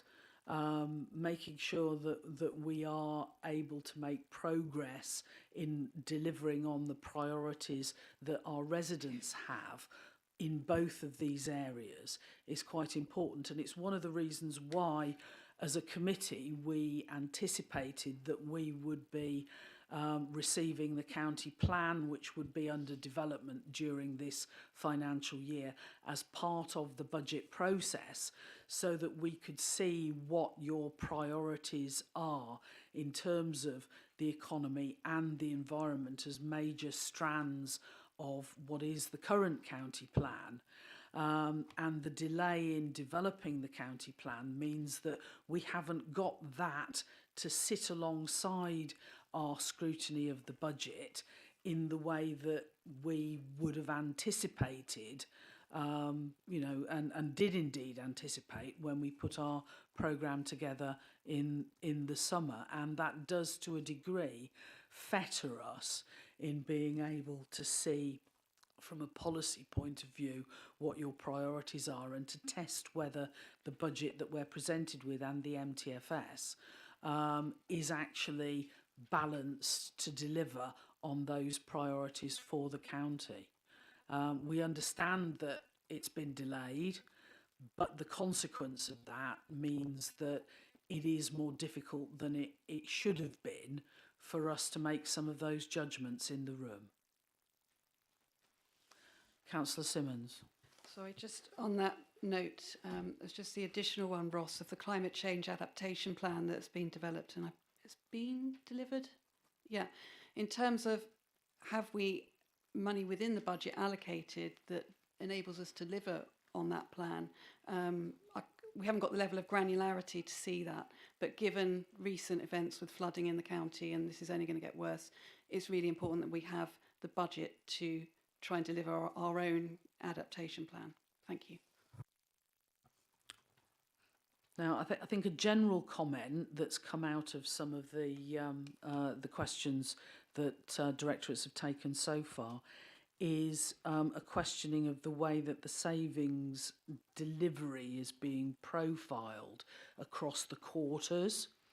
Now, that may be an artefact of where in time the total year's savings are being banked, but can we ask that those profiles are revisited to make sure that they reflect what will be a realistic profile for the delivery of those savings, and that we don't artificially front load or indeed back load when those savings are expected, and that they do actually reflect the delivery profile that we expect, because there is risk associated with both front loading and back loading savings, and the mitigation associated with that we would expect to be different.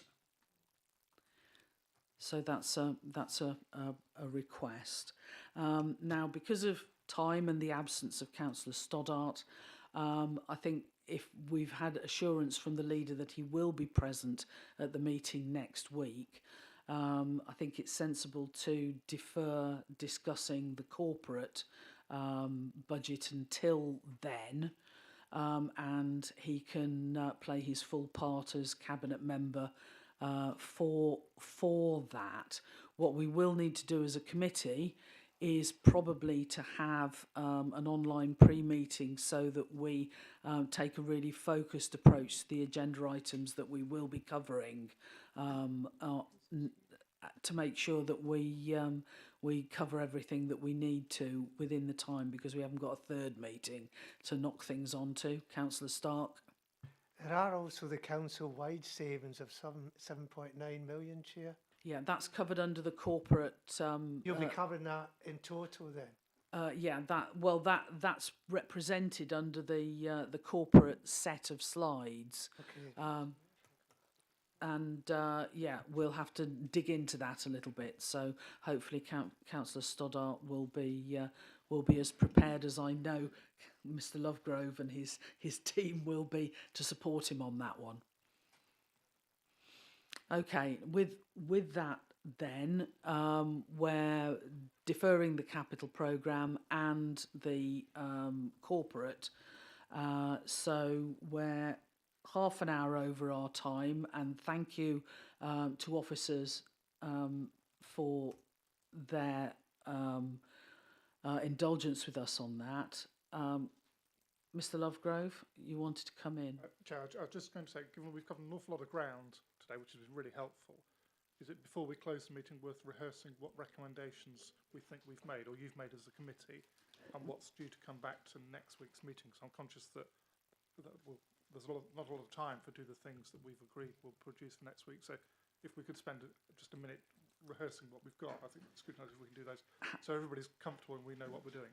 Happy to do that. We're not making formal recommendations at this meeting, but the things that officers have listed as areas of concern, requests for additional information, and potential recommendations, happy to go through.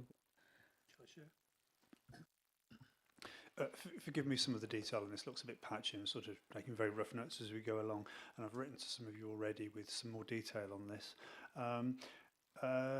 Reinstatement of detail of the local account for adult social care. I believe that's likely to be a recommendation, isn't it, at the end of our next meeting rather than an action for the next one.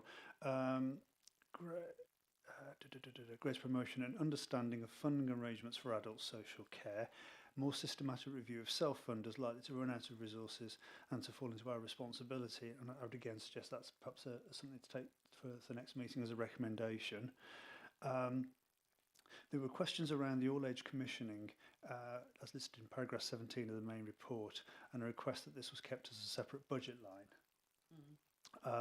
There was you sought clarity on the allocation and use of the All Ages Social Care Fund, which I've sent an email over to request that for you.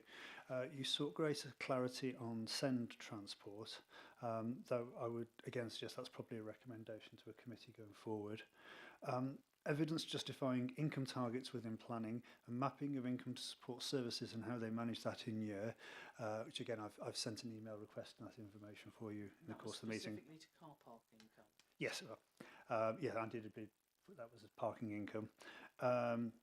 You requested, actually I don't know if you did request this actually, I just made a note of this. Balfour Beatty Living Places savings in as listed in S2, you requested some more information on those, and you've placed a general recommendation. Although I don't think this would be an action for next week, about reprofiling savings targets as listed within the budget to ensure that they reflect their actual time of delivery. Yes, I think that would be a request to come forward in terms of how the savings are presented to full council. So on that basis, we will have to review the profiling and bring it back to you next week, just to enable you to have a look at it before it goes on full council on the 9th of February. And also it was the information requests and recommendations from the 2 November meetings that we haven't had a response back on that are relevant to the budget. Councillor Stark. Sorry, Chair. We also said we would like the Chief Exec to be at the next meeting, so we need to give that invitation out as soon as possible to talk about the fact that the 2 statutory areas are actually rising to almost 75% of the total budget, and a number of questions around seeking reassurance what that means for the viability of the council going forward. And also on the delivery front. Yeah. Well, his attendance at some point in the meeting in order to be able to take questions. Is that all right? Committee members, anything that we've missed? No. Okay. Well, with that then, thank you very much, and see you next Tuesday.